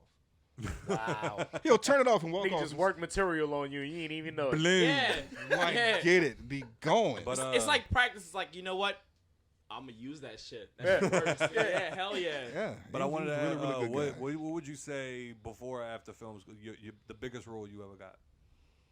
The biggest role Like, I ever what is got your, like, in from your, the rough. In your opinion, like your biggest acting accomplishment? The one I like, From the Rough. I don't even know that one. Taraji P. Henson, Michael Clark Duncan. Ooh. Another, Hey, Who's that? hold on. Give it for Michael Clark Duncan one time. Who's that? That is the guy, John Coffey from The Green Mile. The movie you say you don't Daredevil from You uncultured swine. Kingpin Kingpin from and Daredevil. Yeah. The big ass black dude. Who said? Yeah, I'm gonna say who said Green Mile? Me. that movie's whack. You Who whack. said that? Boy, You're more whack. Thank you. It is. Hold on, I got it. It is. That nigga. He says Joe, in that Joe. movie that he hates that role. Joe. Man, fuck Joe. Perfect. Man, Brett came in handy this week, dog. But Can't do nothing about anyway, that, getting back on that, why would you say that was your biggest accomplishment? Because I played something different from what I normally play. Which was A bad guy. a bad guy. You were the villain. Was this a show? A movie? Every time I audition, It was I always Okay. Every time I audition, I always end up playing like a cop, detective, or some stuff like that. You got the nose. But you can see it. Yeah. But in this project, I Take it off. played Let's see it. no. Let him talk. In this project, I played a bad guy. It was a golf movie, and this character, Taraji P. Henson character, she is coming into this HBCU, and I think she was like a tennis instructor, something like that. And she was like, "Hey, look, I want to try my hand at golf because they need a golf instructor," and it was for guys. She's like, "I'll do it," and it's a true story. And she got these group of misfits together to play golf in the HBCU realm, and my character was the Tiger Woods of it. Okay. So they were trying to beat me, You too black to be Tiger Woods. but I'm He cute. wasn't playing Tiger Woods, fool. Nah, I mean, Turtles. But he was Turtles good more as like a Tiger Woods. You know what That I'm was saying? the joke. But the thing is, A little fried chicken. it got to the point where my character was antagonizing this guy throughout that whole last part, as far as like that whole tournament. Right. And I really got a chance to act an ass I'm gonna have to check and that be out. mean. And I'm like, I like playing mean characters. Because I didn't know they had It's golf fun. teams in HBCUs. Yeah. I didn't know that. Yeah. Yep. It's a true story. Yep. Come, bro. I'm gonna have to check that out. So, from there, you I'm assuming that's when you started your foray into directing, producing, writing your own film. Yep. All right. So what I mentioned in your intro was the first one that I saw that went viral for you was a short film called Faggot. It's the bottom of a tree. Chill out. So, with that being said, if you wanted to give a quick synopsis of the short film. It's about a guy. He goes to visit his best friend, and his best friend came out when he moved to Los Angeles. He Came out as gay. He came out as gay, and his best friend invited him to come up there to see him. He hadn't seen his best friend since he came out to be gay. So he goes up to the visit, and now he's in his best friend's element, and he's trying to do his best to not show his homophobia. So, Yeah, it's on YouTube under Charlee Summer TV. So if y'all get a chance, definitely go check that out. It was crazy. I actually that was the first time. He had always told me he was an actor. Hey,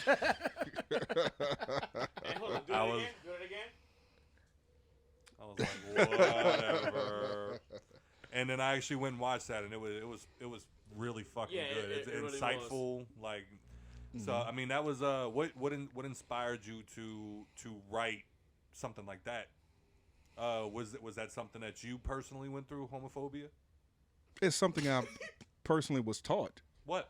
No, I mean, The way No, I mean the way you said it. Well, no, it's like the inspiration behind it. Like, did you ever have like any dealings with homophobia? I'm about to Like, mute Joe Mike. I mean, I Do grew up and was taught to be a homophobe. So you were. Yeah, at I one mean, point? yeah, it's to the point where I mean I can honestly say I'm ashamed of it at this point, Of but course. I can honestly say at one point I verbally said that they all should be put on an island and burned. Ooh.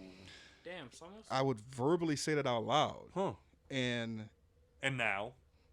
Now, if I can go back in time, I will punch me in the face Absolutely. and Good shit. I would whip my own ass. Good shit. What ended up happening was I had the crazy part about it, I have gay family members, and they treat them like they treat them good, but it's always you better watch them. Right. But right. I got my family members like the the gangsters and the drug dealers, like, oh, baby, out of jail, come on, and they're like really open towards them. And it's like when you coming up in that, it's like, wow, that's kind of crazy. So the like in your family, the gangbangers, the jailbirds, they're celebrated, but the gay people, you gotta watch out for. You got to watch out for them.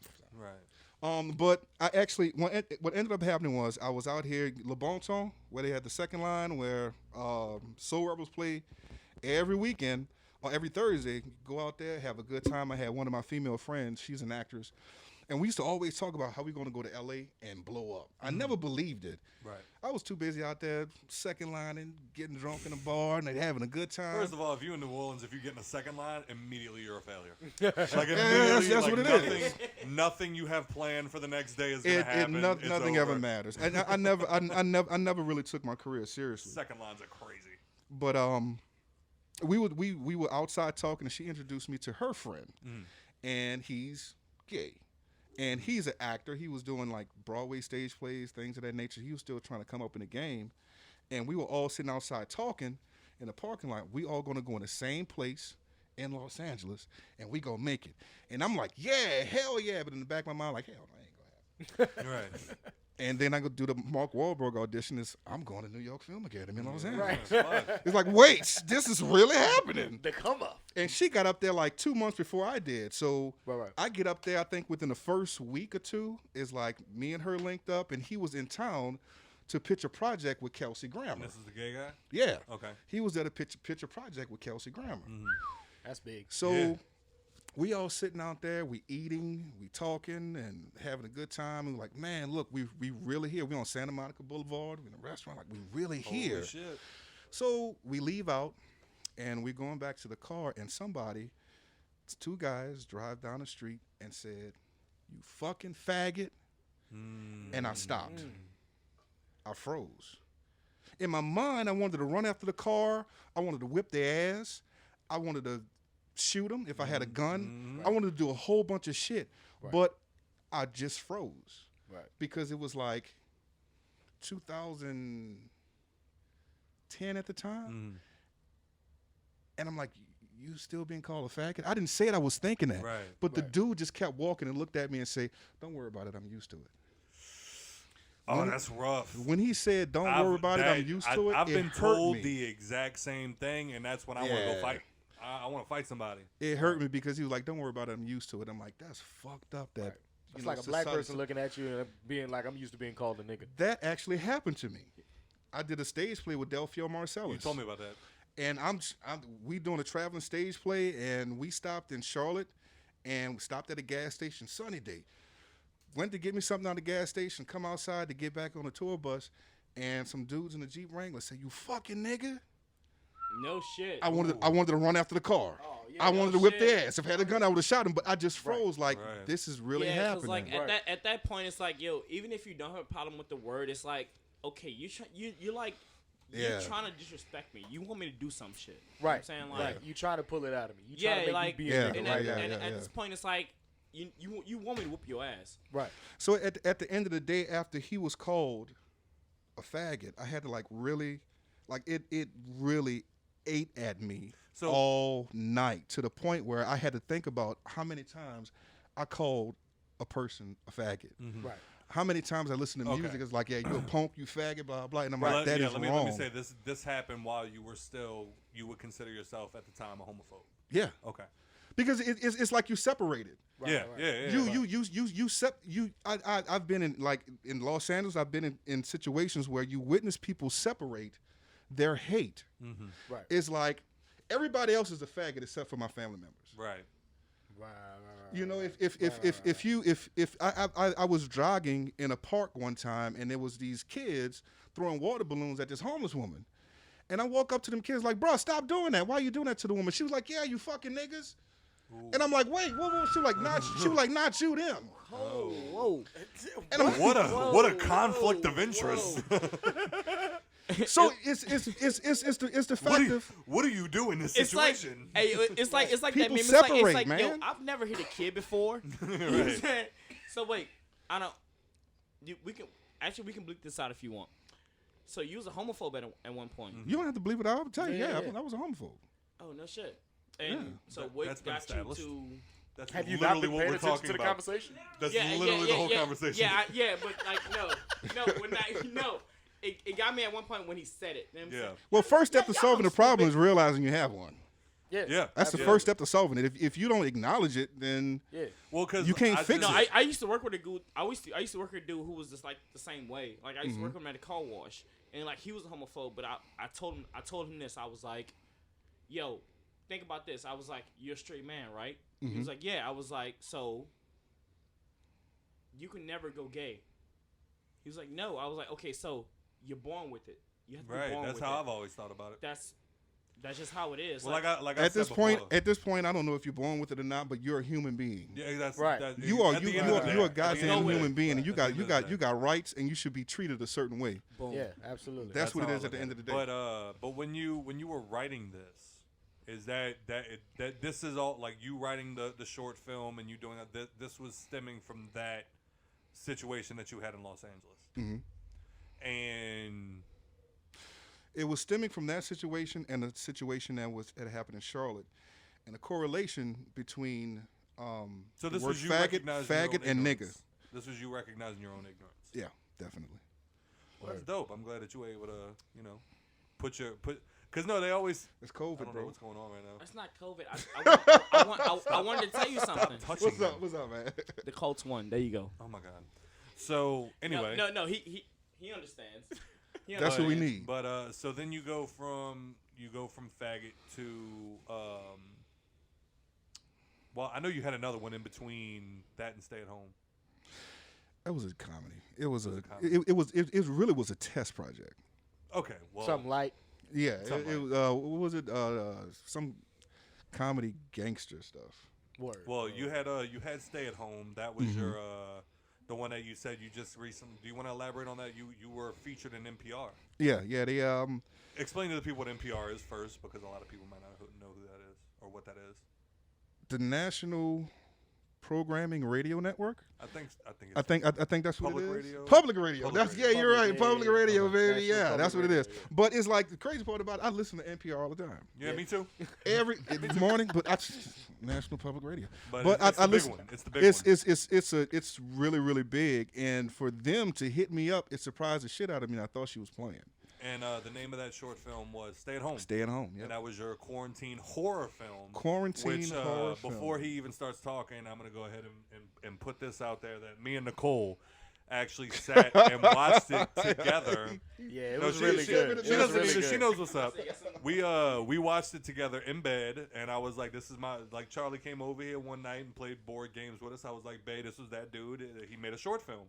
So me and him were sitting. Me and Nicole were sitting in bed watching the short film, and I gotta say, this was the first time I felt like a black guy at a movie theater, because I'm Don't you go your ass in there? exactly. I'm screaming at my fucking phone. I'm like, stop! And like the whole time, he's just like, he's turning every corner. Yes, black people are allowed at movie theaters. And then he's Wow, like, that is wow. You were just staring really close at me. So that's Hey, and then say the word, I'm gonna hit him. Go ahead. Y'all can say the word, I hit him. and then it's like every move, I'm like, what are you doing? Stop it. No, what are you? And even at one point, Nicole was like, can you shut up? Like I'm trying to, and then but then Nicole turned into a white girl in a horror movie, and she was like, something's about to pop out. Something's about to jump out and eat me. Something's about to, wait. it's behind the curtain. It's behind the mirror. There's something behind the closet door. And I was like, can you shut up? But that also recently went viral, obviously because of the quarantine and everything that's going on. You had a quarantine horror movie called Stay at Home. During quarantine. Your thought process behind making that. That's the funny part. Uh-huh. I really didn't have much thought process behind I'm about to say, I about feel to say, like he put zero the effort day in by it. day. I really didn't put much effort into that project. It was really good though. It was really good. The thing about it was, all right, bro. It's a quarantine, and you've been putting off shooting a project since Faggot for 6 years, 5 or 6 years, and now you can't use anybody now. Yeah, it's just you. Right. And now it's just you. Right. So it's like, what are you going to do with this time? Because the whole world might die. You're not going to shoot another film. And I'm literally going off of my thought process while watching that movie was to me. Remember last week when we played the guy that was reviewing Miles Morales? He had all the swagger of a black teen. My thought process was this short film had all the swagger of a black Paranormal Activity. That was my mind process, like while watching this movie. So basically, what it was, man, I'm like, okay, dude, you're gonna have to shoot this entire project by yourself. Mm-hmm. And I'm like, let's I'm sorry, but let's start there. You shot, directed, edited, wrote, acted in this movie. Yeah. In this short film. Yeah. Oh, Nick, you like Give it to him one time. You like Taysom Hill. Fucking Swiss Army knife of film. Yeah, you like Taysom. Nick, you do everything. But yeah, you did all of that. I did everything in your yeah. house one That's night. fire. Yeah. My favorite part is being friends with Charlee Summer on Facebook. The best part is he'll post some off the wall random shit, and then somebody will be like, Kenneth, you sound stupid. He'll be like, your mom. And there's a moment where there's text messages coming up on the screen, and what was it that it said? Somebody like he called you a bitch for not wanting to come out, and you were like, your mom. Yeah. And I was like, in the I'm film, like, yeah, right. Your Charlie? mom. I'm like, that's Charlie. That's Charlie as a motherfucker. That's you putting your life into your work. Yeah. Facts. But what it started was, bro. I'm like, all right, man. I had a box. And it was a cufflink tie box, and I'm like, okay, I want to do something to inspire people to stay at home. I don't want to just do a project. I want to do something to, because you're very serious about this COVID shit. Yeah, obviously. And I'm like, okay, for the listeners at home, it's like, how can I? I'm like, hopefully, in the last project, I inspire people to dig deep inside of themselves to realize whatever phobia they have within themselves. So what I'm gonna do with this one, even though you're gonna be the only one in it, what story are you gonna tell? And it's like, okay, COVID. Okay, what are we going to do with COVID? All right, I have this box. How am I going to do this? And I just literally started trying to figure out, all right, how can I unleash the beast with this freaking box? Turtle, did you watch the film? You said you watched it? Yeah, I watched it. Yeah, it was fucking brilliant. I was like, yo, how could you not make something like this during this time and it not go crazy? I now have to disagree. Because that's when I caught on to it when it was viral. I now have to disagree. Why? Because I watched it? No, because I explained it to him. No, because that's why I don't like explaining it to people. He literally just said the idea behind this was, how can I get people to stay at home? That movie did not want to make me stay at home. Oh yeah, I was ready. I was like, I need to get the fuck out of my house. Because I got my little setup in the backyard where I be watching my shit and smoking and shit. Yeah. Well, yeah, so that's where I was watching it at. It was hella dark and shit. That every time something scary happened, I had to. Well, yeah, I'm about to say it's not fair for you because you got two spots in you gotta one think spot. about it. You gotta think you know about what I'm saying? it. Like you can be like inside or outside. It's not fair for you. Not to tell a story, but you got a whole goddamn note that tell you, hey, look, you stay your ass inside for 2 weeks. If you stay inside for 2 weeks, everything gonna be fine. If you go outside, you gonna in this box. Don't open this box for 2 weeks, but if you open this box before 2 weeks, you're gonna unleash the beast. What the hell you gonna do? Right. Okay. Facts. You unleash the What I was goddamn gonna beast. say is that the underlying meaning behind the short Yeah, film? because at the time they was telling everybody Stay home we need for to 2 stay weeks. inside for 2 weeks, and nobody wanted to heed that warning. Get it now. And that's the reason why that. That's the reason why that. He's a That's why fucking it was 2 genius. weeks long. Okay. Yeah, that's the reason why that came up there. Stay inside Hold for 2 on. weeks. Stop touching him, Joe. Damn. Joe trying to give me COVID. I didn't even open the fucking box. I'm just saying you're a genius. Like I'm saying, you're an actor. You do all this shit. What I'm saying is, show the people your face so they This dude right here, know who bro. you looking for. This dude right Well, here. what So I you know what did he was looking for. just now. Just- I typed in. I typed into. Stop touching your mic, Scott. You're making it do things. You type into YouTube "Stay at Home." It is the 6th video from and it's Charlee Summer TV. If you type in "stay at home" short film, it's gonna Short be the film, first one okay, come up. yeah. Do you? The quick question though. Let me do Quick that. question though. Good. Do you follow him on the Hangover page? Are you subscribed to his channel already on the Hangover page? Me? Yeah. Is that what you're looking through from the Hangover page? No. Because I'm about to say it might show up like earlier in the searches because you Well, it if might. you don't but follow him. It's on Charlee Summer TV. It's called "Stay at Home," a quarantine horror short film. It's got 350,000 views. Charlee Summer TV. Here's my next question. You wrote. I'm not gonna go through the whole fucking thing again. You did all everything you, for the you movie. literally did everything Yeah. for that short film. And you told me there's a little small little things that you can do to go viral. So like first other short filmmakers or filmmakers that are out there, what would your advice be to get your movie, your short film, your project onto a bigger audience? You want to get my secrets?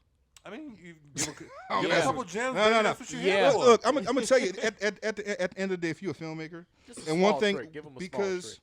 with this project, this was another test project. I felt like it was things that I needed to learn as a filmmaker. I never really expected it to get this many views. I never expected that many people to like it. My goal was to learn how to do masking, how to make myself look at myself in the mirror. Spoiler alert. Spoiler alert. And to do the power of the trailer.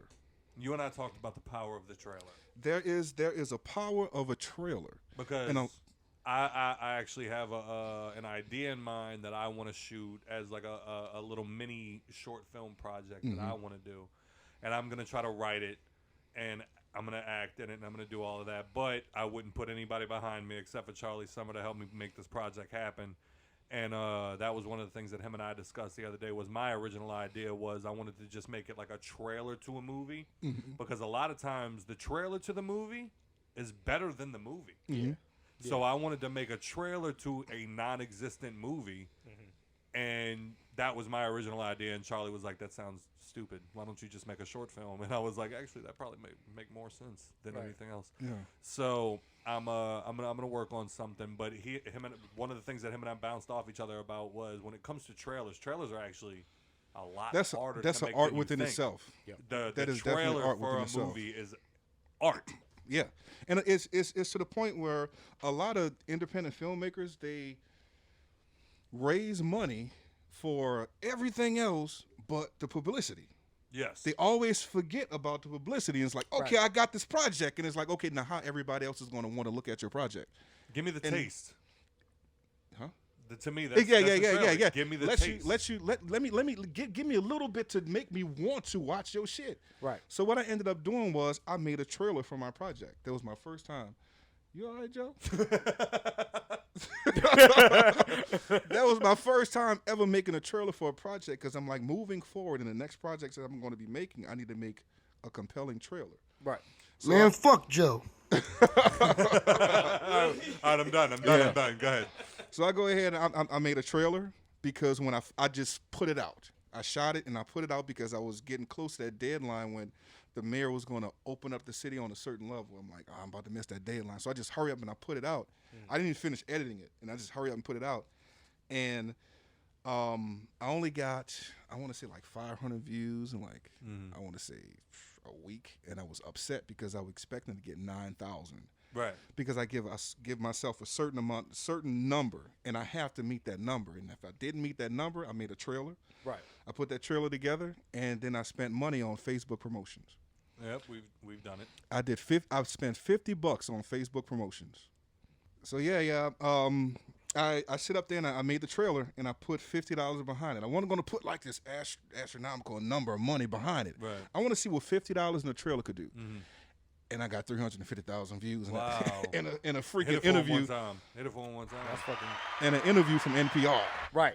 Like You can't pass that up. you can't beat that. So it's That's like crazy, man. I have a friend that I work with is like, dude, you only got those amount of views because of the genre, because it was horror. And I'm like, Hater. I'm like, watch me do it again. Right. Straight up. But you said you got Jordan some, Peele the fuck out of this shit. You said you got Watch some. me do it again. You got some future workings that you're working on.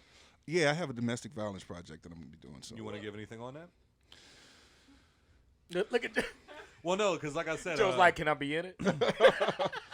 yeah, it's no, domestic. No, look, check this out. Look, I like my beer. How I like my relationships. Domestic. no, you like your beer like you like your violence. Domestic. No, you made that all wrong. Don't do that. How I like my violence? Yes, domestic violence. No. Moving on. I like my beer. How Anyway, I like my so relationships. how's the domestic violence? Domestics. yeah, it's basically I have a if you kind of watch my projects, The this next time will be the time you second come on, project. The next time you come on, we're gonna have it pre the Yeah, video on yeah. YouTube. Well, I'm saying this now, but is a certain way I think, and I'm going to tell you now. But if you was to watch this next project, it's along the same lines of Faggot. And my thing is, I always want to put people in the driver's seat. Okay. And when I say put people in the driver's seat with Faggot, it didn't come from the standpoint of the victim. It came from the standpoint of the bystander. Yes. Because if you come from the standpoint of a bystander, I think people will resonate more. That's crazy that you said that. That's very interesting. Yeah. Because most people want to put it in first person view of the issue. Right. But it seems like, you especially with Faggot, you put it from the perspective of somebody who was the dumb one. Right. in The a sense. offender. Yeah. If you So will. in this project, it's not coming from the perspective of the victim. Right. It's coming from the perspective of a person that's witnessing it. And what do you Oh, okay, the third party. and what do you do? Right. And the name of the project is called None of Your Business. When I tell, and that's what it is. A lot of people's like, man, what's your next project? It's like, hey, man, I got this domestic violence project called None of Your Business. Look at the motherfucker. If you didn't want me to know, you could have just told me you didn't want me to know it. It's like, no, that's the name of the project. It's None of Your Business. Because when people witness a domestic violence situation from the outside looking in, they always say it's none of my business. Yeah. Right. That's going to be the name of the episode. None of my business. It's none of my business. So it's when you witness a domestic violence situation, what do you do as a person? Do you walk off? Right. Do you say it's none of my business? Or do you step in? That's the, what's the name? They have the effect. I forgot what the name of it was. That's the psychological term. Where they had a woman that was getting beat in the middle of a parking lot. And they had hundreds of witnesses, and they said nobody called the police because everybody expected somebody else was going to do it. I actually had that happen at a brother's over there in Terrytown, like right when you coming out of Belterre, about to go over to like Carousel Apartments and shit. Yeah. I was got out my car to go in the brothers to go get some cigarettes, and there was this lady there with a dude who was like, I guess they pulled up on a motorcycle, whatever, looked like Harley riding motherfucker, and like they was like arguing back and forth, and like as soon as I got out of the truck, closed my door, I look over, he like punches her, boom, right in her face. And I immediately, like, something in my head. I ran over there and I was like, hey, yo, you know what I'm saying? Broke the shit up. Got the lady up. I was like, you fucking wrong. You know what I'm saying? Da-da-da-da-da. Running my mouth. And they had another dude come over and he, kind of got on my back, you know what I'm saying? Saying the same thing, basically saying that, the dude was wrong and shit. And he was like, I'm going to call the fucking cops. And the dude was like, fuck both of y'all. Tell that bitch find a ride home. And then, like, we didn't get into it with the dude, but, I immediately had the urge to jump in and be like, you know what I'm saying? What the fuck's your problem? Right. You know what I'm saying? Yeah, and they said like that was the psychology behind it was they said that depending on how many bystanders there are determines whether or not you'll call the police. That's something you should never do. What's that? Jump in. Of course. Safety wise. Something you should never I definitely do. shouldn't have, you know what I'm saying? Well, I could have had a gun or something, shot my ass. One of the reasons why I came up with this project because I almost got shot. Word. Oh. Oh, yeah, because you and I know for a little while you were doing character study and you did some Lyft and Uber. It wasn't that time. Oh. The crazy part about it is, it's to the point when if it's something that you're supposed to do, and I realize that, and I kind of feel like, the whole alchemist type thing. If it's something that's supposed to do, the atmosphere is going to come together and give it to you. Right. And I think it's a story that I'm supposed to tell. Because when I've been in domestic violence situations multiple times. Not me hitting anybody, but me witnessing it. Right.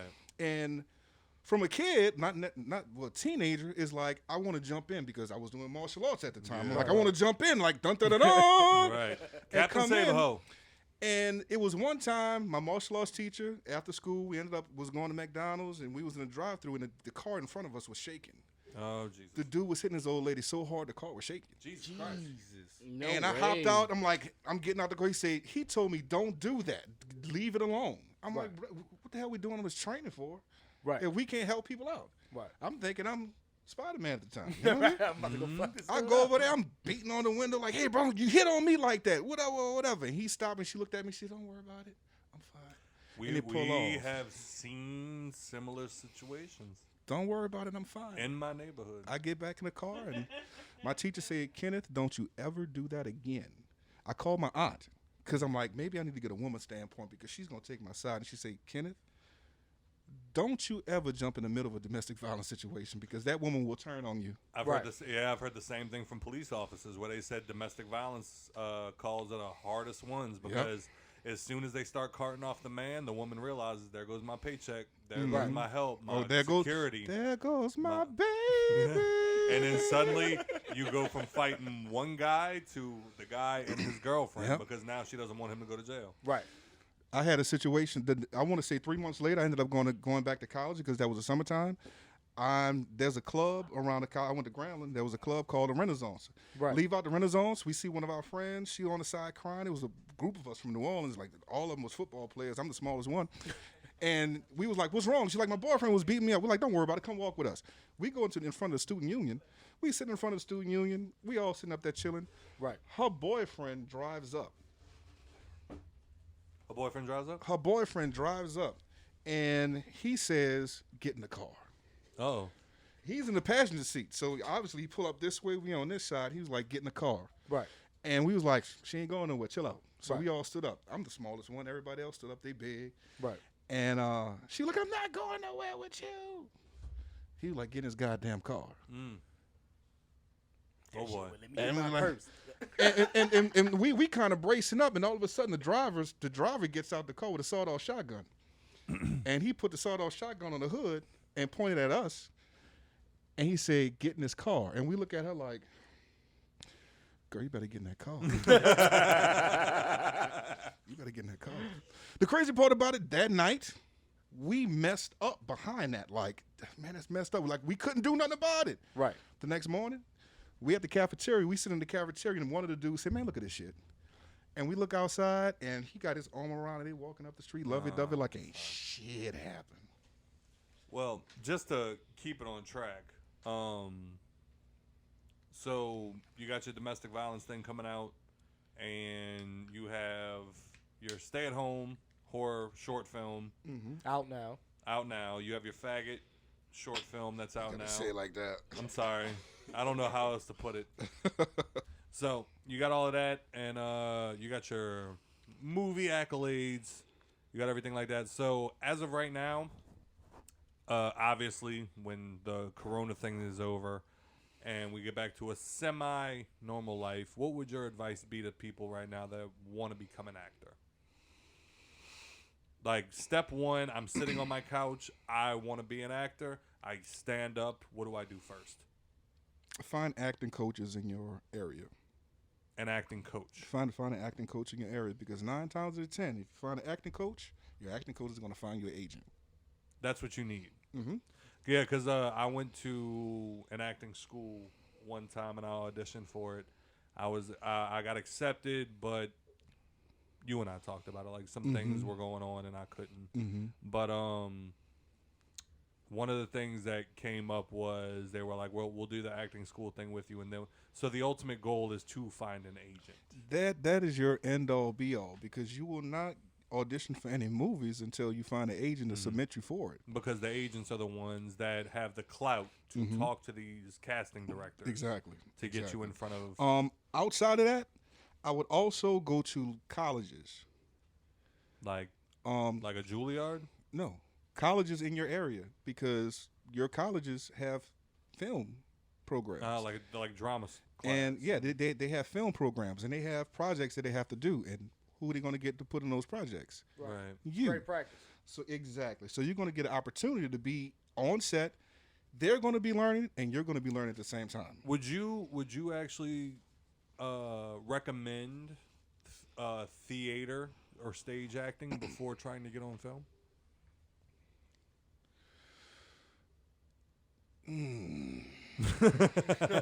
That's well, because I feel like stage acting is a very different monster. It's a very different monster, Okay. a very different animal. Right. And the thing is, it's like when you have stage actors get in front of the camera, it's easier. But I'm gonna tell you one thing: it's easier to have a stage actor come down. Well, because I've heard Then that they stage actors getting on film is a little more difficult. Yeah, but coming from film and getting on stage is even harder. Because your voice has to carry. Yeah, and I went from being in front of the camera for so long to getting on stage a couple years ago. Right. And the reviews that we got with Please tell me what somebody said bad about you, Charlie. Please tell me. It wasn't bad. It was good. But it was different. Because it was just me and this one other guy, Harold Sylvester. Harold Sylvester is the guy that played in Love and Marriage with Al Bundy. He was a black dude that worked with him. The tall black dude. Okay. He's from here. Wow. He's from here. Okay. He's from here. He's right. from. He went to St. Aug, and we did the stage play together. We're both from film. It was like 30 years before he was on stage. It was like 10 years since I'd been on stage. Right. And it was like, amazing performance, beautiful, and it was like watching a film. You know why? Was that an insult? Because they couldn't fucking hear us. Because they couldn't fucking hear us. Yeah, that's what the people in the front was like, "Oh my gosh, that was great." The people in the back was like, "We can't hear you." Literally, my thought process was, can't I hear was you. like, I bet you it was like some Spider-Man 2 type or Spider-Man 3 type shit where they were talking about Mary Jane and they were like, she was great, but her voice couldn't carry past the third row. Yeah, we couldn't hear them, but we can see that the emotions were there, but we just couldn't hear it. So it was like where we watching a at movie. right now, Turtle? We are at an hour and 45. All right, cool. So we can. I got a quick question though, Charlie. Do you think that the whole COVID thing is like gonna put a big gash in the film industry's pockets? It already has. I mean, I already In know my it opinion. has. Do you think it's gonna like It continue? depend on what film industry you're talking about. Word. So the independent film industry straight. Independent film industry is amazing. Word. Why am I saying that? Because everything is going to on demand. Everything is going to YouTube. I just watched The Spell. A Spell with Omari Hardwick. Yeah. That was in Power. Yeah. That movie Yeah. went straight to YouTube. And I heard it was great. It's a good movie. I watched it on YouTube. It's Yeah. a couple movies that was in theater I watched on YouTube. So this is a perfect time. This is the worst time for big budget companies. Yeah, Right. I Perfect still time. want to see A Quiet Place Part 2. I still want to fucking see Black Widow. Just fucking put the movies out, bro. It's a perfect time for independent filmmakers because They're they so can- worried about box office. You know what? Go ahead. You know, I mean, Go ahead. for them, that's when they make their millions of I dollars. was about to say, like, they're trying to make $600 million off the movie. Yeah. I get it. They're For- not going to get it from on demand, but Independent filmmakers, this is your time to shine. yeah, man. It's definitely your time to shine. You come out with a good feature length film, you put it out there, you get a good trailer, you put your money behind promotions. I'm about I mean- to say because Netflix and Hulu been on a little run with their little films, and that should be good. Pretty good. Literally, your movies is going to be right next to the movies that's in the box office. Right. That's shout out to the Dark Brothers. They Yeah. so, Can I pull it up? that's the name of their film company. I know who Yeah. the Dark Brothers are. Yeah, Can I pull up the clip? What clip? It's from they released the independent film and it's on Amazon, right? It is Amazon Prime. Yeah, and they've been doing damn good. It's got a whole bunch of local New Orleans comedians in it. Mario P. Yeah, Mario My guy. P, the Metairie? Rob Kazi's in it. I'm about to play it. I'm about to Rude play it. Jude. A whole bunch of them, and they did a damn good job. Yeah, damn yeah. good. It was fucking Yeah. hilarious. If y'all get a chance to, what's the name of it? Trying to come up. Trying to come up. If y'all Yeah. get a chance, go check that shit I was about out. to say, can I play It the was clip good. real quick? Yeah, go ahead. Play, I'm about to play. say I'm gonna talk to Preston eventually because I love he directed Bowie's song. Yes, he did. And Yes, he did. I got nothing but love for him. So this is just a little free plug. But I hate Hollywood. they have Mario. feel you. They have Mario. P. That's why I don't answer. That's why I answer questions a certain way. I hate Hollywood. They got Mario P. He is literally standing on the steps of a house talking to one of his homeboys that just got robbed, and this is how he got robbed. Let a nigga from Kenner rob you from Veterans Highway. Ella. Severn. You serious right now? Bitch, I know you lying. You got the game fucked up out you. You a whole out here, bro. Oh, man. What you stand here for? Go find them people. Fuck wrong with you? This ain't no fucking unemployment line. You know, temp service. Yo, I heard that clip and I told Nicole, I was like, yo, from this day forward, that's how I'm doing that shit. Yo, you let a dude from Kenner rob you, Airline Highway, Severn. That's how that's going from now on. Yes, but, indeed. But and they let him be all the way New Orleans in it, and I loved it. Yeah, But definitely. Charlie, I appreciate you for coming today. You were literally one of the reasons that my podcast went the way that it went. You were there the day my podcast fell apart. And you're here. Damn! You just Like, you he was were part of there. the shit, Yeah, huh? the No, man, you he had wasn't to a laugh part at of it. himself. No, Joe knows, you wasn't a part of my podcast. Joe knows. Don't put me a part of this shit. No, you knew what happened, motherfucker. Charlie wasn't part of the reason that my podcast didn't work out the first time, but he was one of the ones with the fire under my ass. Like, I remember the day we showed up at the fucking studio, and I was like, nah, we not recording today. And Charlie was like, no, you gonna record. You gonna record? today. You gonna And record I was today? like, nope. I stayed stubborn for the first time. I was like, nah, I'm putting my foot down. No, sir. But with that being said, I appreciate you for coming through, man. Man, thank you for having me, bro. You're very impressive, and the day that you do finish your short film about domestic violence, I hope you let us broadcast it here live first. Yeah, 'cause you can see the power of the trailer. And we can, or at least give us the trailer. At least Yeah, give us man. the trailer first. We can play it before the YouTube video, and then Definitely. you can come in here and answer some questions about it. Definitely. But with that being said, Charlee Summer also had some controversial opinions. this Oh week. shit! I thought we were about to wrap it up. Yeah, I thought he was getting to a wrap up on I you. thought See how we he were did that? about to give the benediction. He was like, nah, nigga. I wanted to say, man, it was great working with you when you first started. See, now You he about to know, bring up you some was bullshit. awesome. I appreciate. Now I'm gonna have to cuss this man out. I appreciate all of that, but the first thing we're gonna do before we do all of that is we're gonna have to talk about Gucci versus Jeezy. Oh yeah, absolutely. We're gonna have to talk about that, and then we're gonna get the fuck out of here. But first things first, mute Charlee Summer, Mike. Who do you? I think I'm a proxy for Joe. Me and Joe personally feel like Jeezy won that battle. Absolutely. I fucking second and third that. A little quicker. Fifth and sixth that. Fifth and sixth that. Okay. Absolutely. Babe, who you think won Skip fourth, but I. between Jeezy and Gucci Mane? I skipped one. You right. Please zoom in on her face at that moment. She's Be like, Wayne. Little Wayne won. He won. Lil Uzi Vert. I've been out of town, y'all. Oh. Nah, but, it was just broadcasted on Instagram. Whatever. Yeah. Nah, but I gotta say, I don't do shit when I'm out of I gotta say, not only did Jeezy win that motherfucker, I more believe that Jeezy won that motherfucker because he also left hits on the table. Yeah. He left hits on the absolutely. table. I was waiting. That's why I started the episode like this.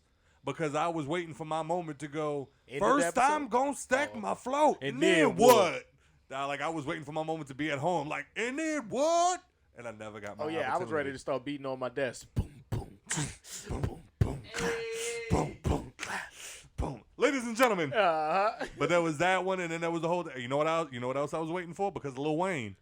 I love it. Oh yeah. I was waiting on that one. Yeah, That yeah. one never came. You know what else I was waiting for? My president is black.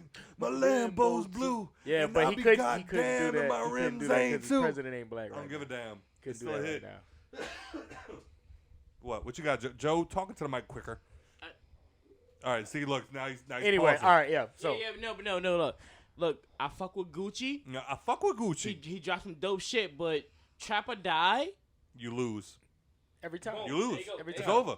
you go. And I feel like he hurt himself just by playing the 3 Jeezy disses. Everybody like, nah, man, but Gucci did that shit in his face and I'll talking say about this. burying his homie and all that. That's cool. That's not what we here for. I'll say this. Like, say this. that may When be he there. played- What hold on, you hold there on, for? hold But on. it's not the same thing. I'll say if when he played The Truth, cool. You got some shock value. You got some awe Exactly. value. You did all of that, and that was cool. Nobody expected you to play that in Jeezy's face. Yeah, no, Cool. absolutely not. You got that. You got that round. Right. The 3 other fucking dishes you played, all right, bro. Right. Come on. Right. You got something else? Like, and then that's why I love that moment where he started to get greasy and he looked at Jeezy and he was like, bro, play some new shit. And it was like, See, but when get he you did some that, classics. When he did that, though, it kind of turned the tide on Jeezy, and Jeezy was like, You oh, think fuck, so? now I got to turn it up. That's No. when Jeezy was like, that's when Jeezy took off that coat, and that's when he started playing all the club bangers. I felt differently because I felt like what Jeezy said. It was like, well, Gucci was like, play some new shit. And Jeezy was like, get you some classics. And that's how I felt about it. Like, if next week they do a versus with Lil Wayne, who Future will not be, what the fuck are y'all talking about? Right, Oh, yeah, that's man. What the fuck? The smoking dope. Yo, if the you think disrespect, Future bro. Don't The do that. disrespect. The Don't do that. disrespect. Yeah. But Future Lil Wayne, don't do that. if you're gonna talk to Mike. But one of the things that like got me was like when he played Soul Survivor, he played Soul Survivor as like an honorable mention. Right. He didn't even play it like in an actual battle. And I was like, Soul Survivor was one of the dopest fucking tracks he ever did. And then he pulled out Them Boys from back when he was in Boys in the Hood before we Facts. even knew Young Jeezy. Facts. Like with Jody Breeze, like, come on, man. Facts. You're gonna sit here and look me in my face and tell me that Gucci had a chance in hell? And he even left even left Lemonade on the table. Lemonade is one of your hardest fucking. No, he played that. Well, as an honorable mention, I don't even think he played that like in the rounds. Yeah, he played it. Did he? Yeah. I think he watched the whole thing. No, I'm saying, didn't he play it at the end where they just started playing like this? No. This isn't a round. This is like he played like Jeezy played Soul Survivor as an honorable mention, not as a round. Well, then I guess that's what when he played it, it was after Soul Survivor because Okay, he played it. that's what I'm saying. Like they didn't even play it like as a round that counted, if you will. I didn't see him counting rounds. I just seen it. Okay, but then like I know they did Gucci Man Wasted. Yeah. You mean his best track? Yeah. I ain't gonna lie, I started singing the Wayne version. Right star lifestyle. We all did. But like I gotta say too, like not to put a cap on it, but like just to also put like when they did So Icy together, that put the biggest fucking smile on my face. Yeah.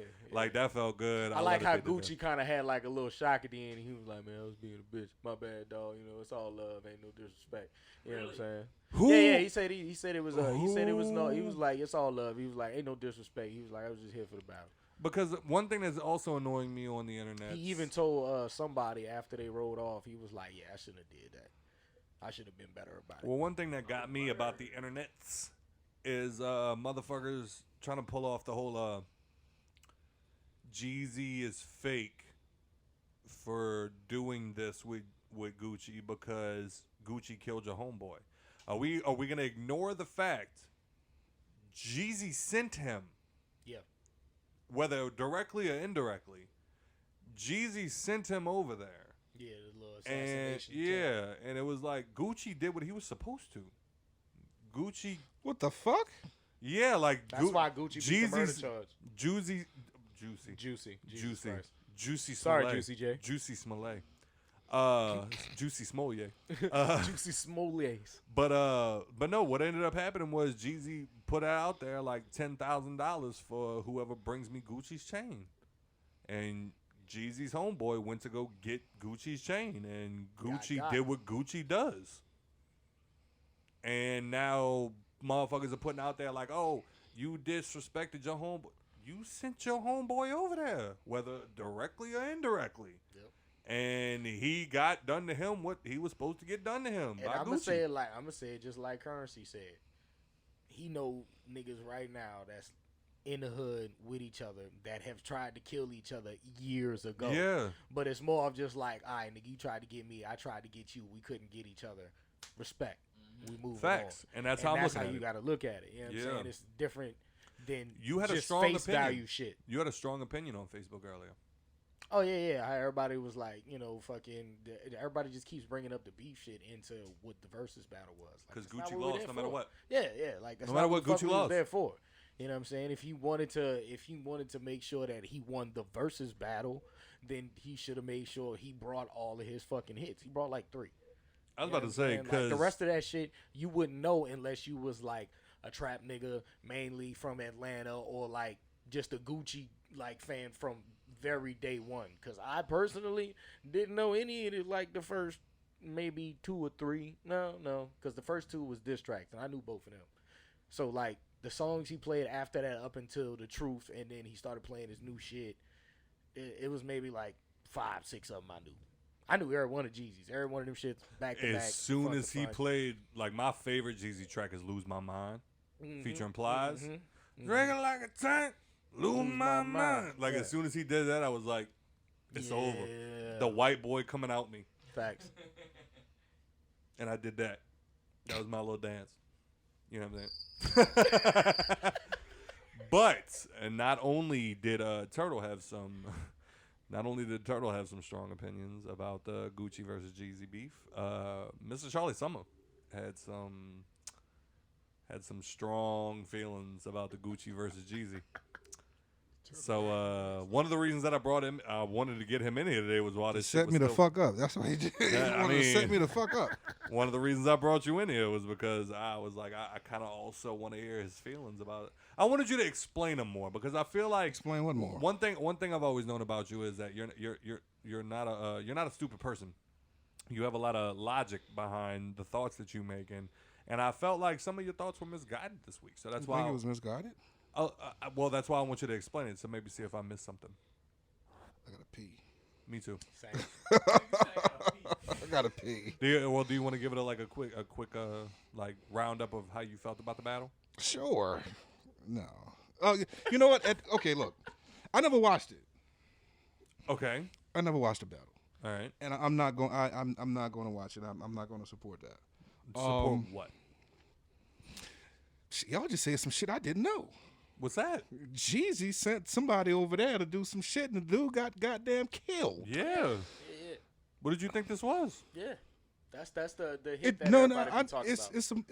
It's some bullshit. Oh yeah. It's so that's why I feel like at the end of the day, like Jeezy kind of had to take a moment to be like, you know. But then I also after watching the battle, I felt like it was also set up. A couple of people disagree with me on that, but I also feel like maybe Gucci and Jeezy had like a little talk beforehand because the fact that they said that. Well, the fact that they performed he said, I talked to together, you before this and offered you this opportunity to come out here and air this shit out. Right, but I also feel like people took like him playing the diss tracks and like playing like, oh, dick up your dead homie. I bet he ain't gonna say. Right. People were like, oh, he talking great. I feel like Jeezy knew all of that was coming. I feel like Jeezy knew it was. Wait. So he did say that. He said this.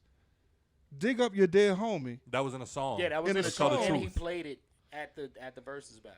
Yep. Dig up your dead homie. I bet he won't say shit. Yep. But what was your opinion on it? Man, fuck them boys. Oh wow. Why is that? Why? Fuck them and anybody else that has any type of negative, kill, drugs, disrespect women over the airwaves, and you making money from that. Man, fuck you. So you're not with the violence. You're not profiting off the violence. Hell no. Hell, we got too much goddamn shit going on right now in the hood and everywhere else for people to continually profit off of that ignorance. And at the end of the day, it's to the point where a couple days prior, I posted something up, which you see my Facebook all the time. Yeah. This is not nothing new that I always have an issue with the negativity in music, especially when it comes down to African Americans. And at the end of the day, it's to the point where I can post something up saying or repost something that says something along the lines of this music has to stop our killings in the street. And you'll have so many people like, love, share, and everything else. And it'll be the same people that's going to come back and be like, yeah, man, you saw that Gucci battle? You saw that Jeezy battle? You saw that? And at the end of the day, I think you're asking me that based on what I said. You did. What did you say? As far as, I said Cardi B. I said Cardi B should be as well known as Pinky. Who's Pinky? A porn star. Mm-hmm. And I said Jeezy and Gucci should be as well known as Mr. Marcus and Wesley Pipes, which are also porn stars. The reason why I say that is because that dirt we don't put out. What dirt? Their porn. Right. Okay. So my thing is, at the end of the day, this other art, music, or whatever that's being put out there, and they have this much of influence, especially when Cardi B got named Woman of the Year for Billboard. We're not Like, gonna are you get into that. are you kidding? Are you serious? Like, why you looking at me like crazy. that? Why you looking at me like that? I agree. It's crazy, and it's to the point where we know what our issues are.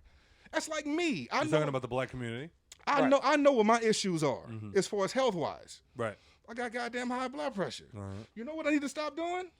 Eating chicken. Eating chicken, Popeyes, motherfucking smoking fault, cigarettes, yo. and all Hey, kind of you know shit what? like that. My That fault. was racist as hell, was- Scott. that was- It my was fault. goddamn racist. We always My got to fault. check him. We It was always got to check goddamn racist. My fault. But at the This end, is like the 5th time, Scott. God I'll damn send it. your ass to a meeting afterwards, and I'm talking with the clan. Go, whoa. at the end of the day, if I know what my issue is, I know exactly what my issue is. Right. Why would I publicize what's killing me? You know what? I still love Jeezy. Why would I support what's killing me? Now you're gonna have to watch my other film called Snitches. Because it's actually Man, gonna, fuck Joe. it's actually gonna have fuck Joe. It's actually gonna have that in there because we all want to think collectively when it's time to think collectively, and we think individually we think individually when it's in our own benefit. Yeah. Okay. Yeah. But when but when it's collective, it's something totally different. Right. So to sit up here and be like, all right, well, yeah, man, that music don't affect me, blah blah, whatever, but that music affects somebody else. Right. I just saw a woman on my page, I want to say two months ago. She was promoting her son's rap song on YouTube. I got you. I'm gonna say real quick. Go ahead. She was promoting her son's rap song on YouTube. 2 days later, he was dead. 2 days later, he was dead. I think we all got to do better. So at the end of the day, it's like consistency. It's more of consistency. If we want things to change, we're going to have to stop doing things collectively as a group. We're going to have to stop doing things that we like, things Right. that we used to like. Right. Right. Because at the end of the day, that affects other people. Facts. It does. Fact. So I've got to stop. I got to pee, man. You got anything else, sir? Nah, man, that's about it. I wanted to make sure that we touched on that, so I'm glad we did. Y'all got anything else, guys? Everybody good? Yep.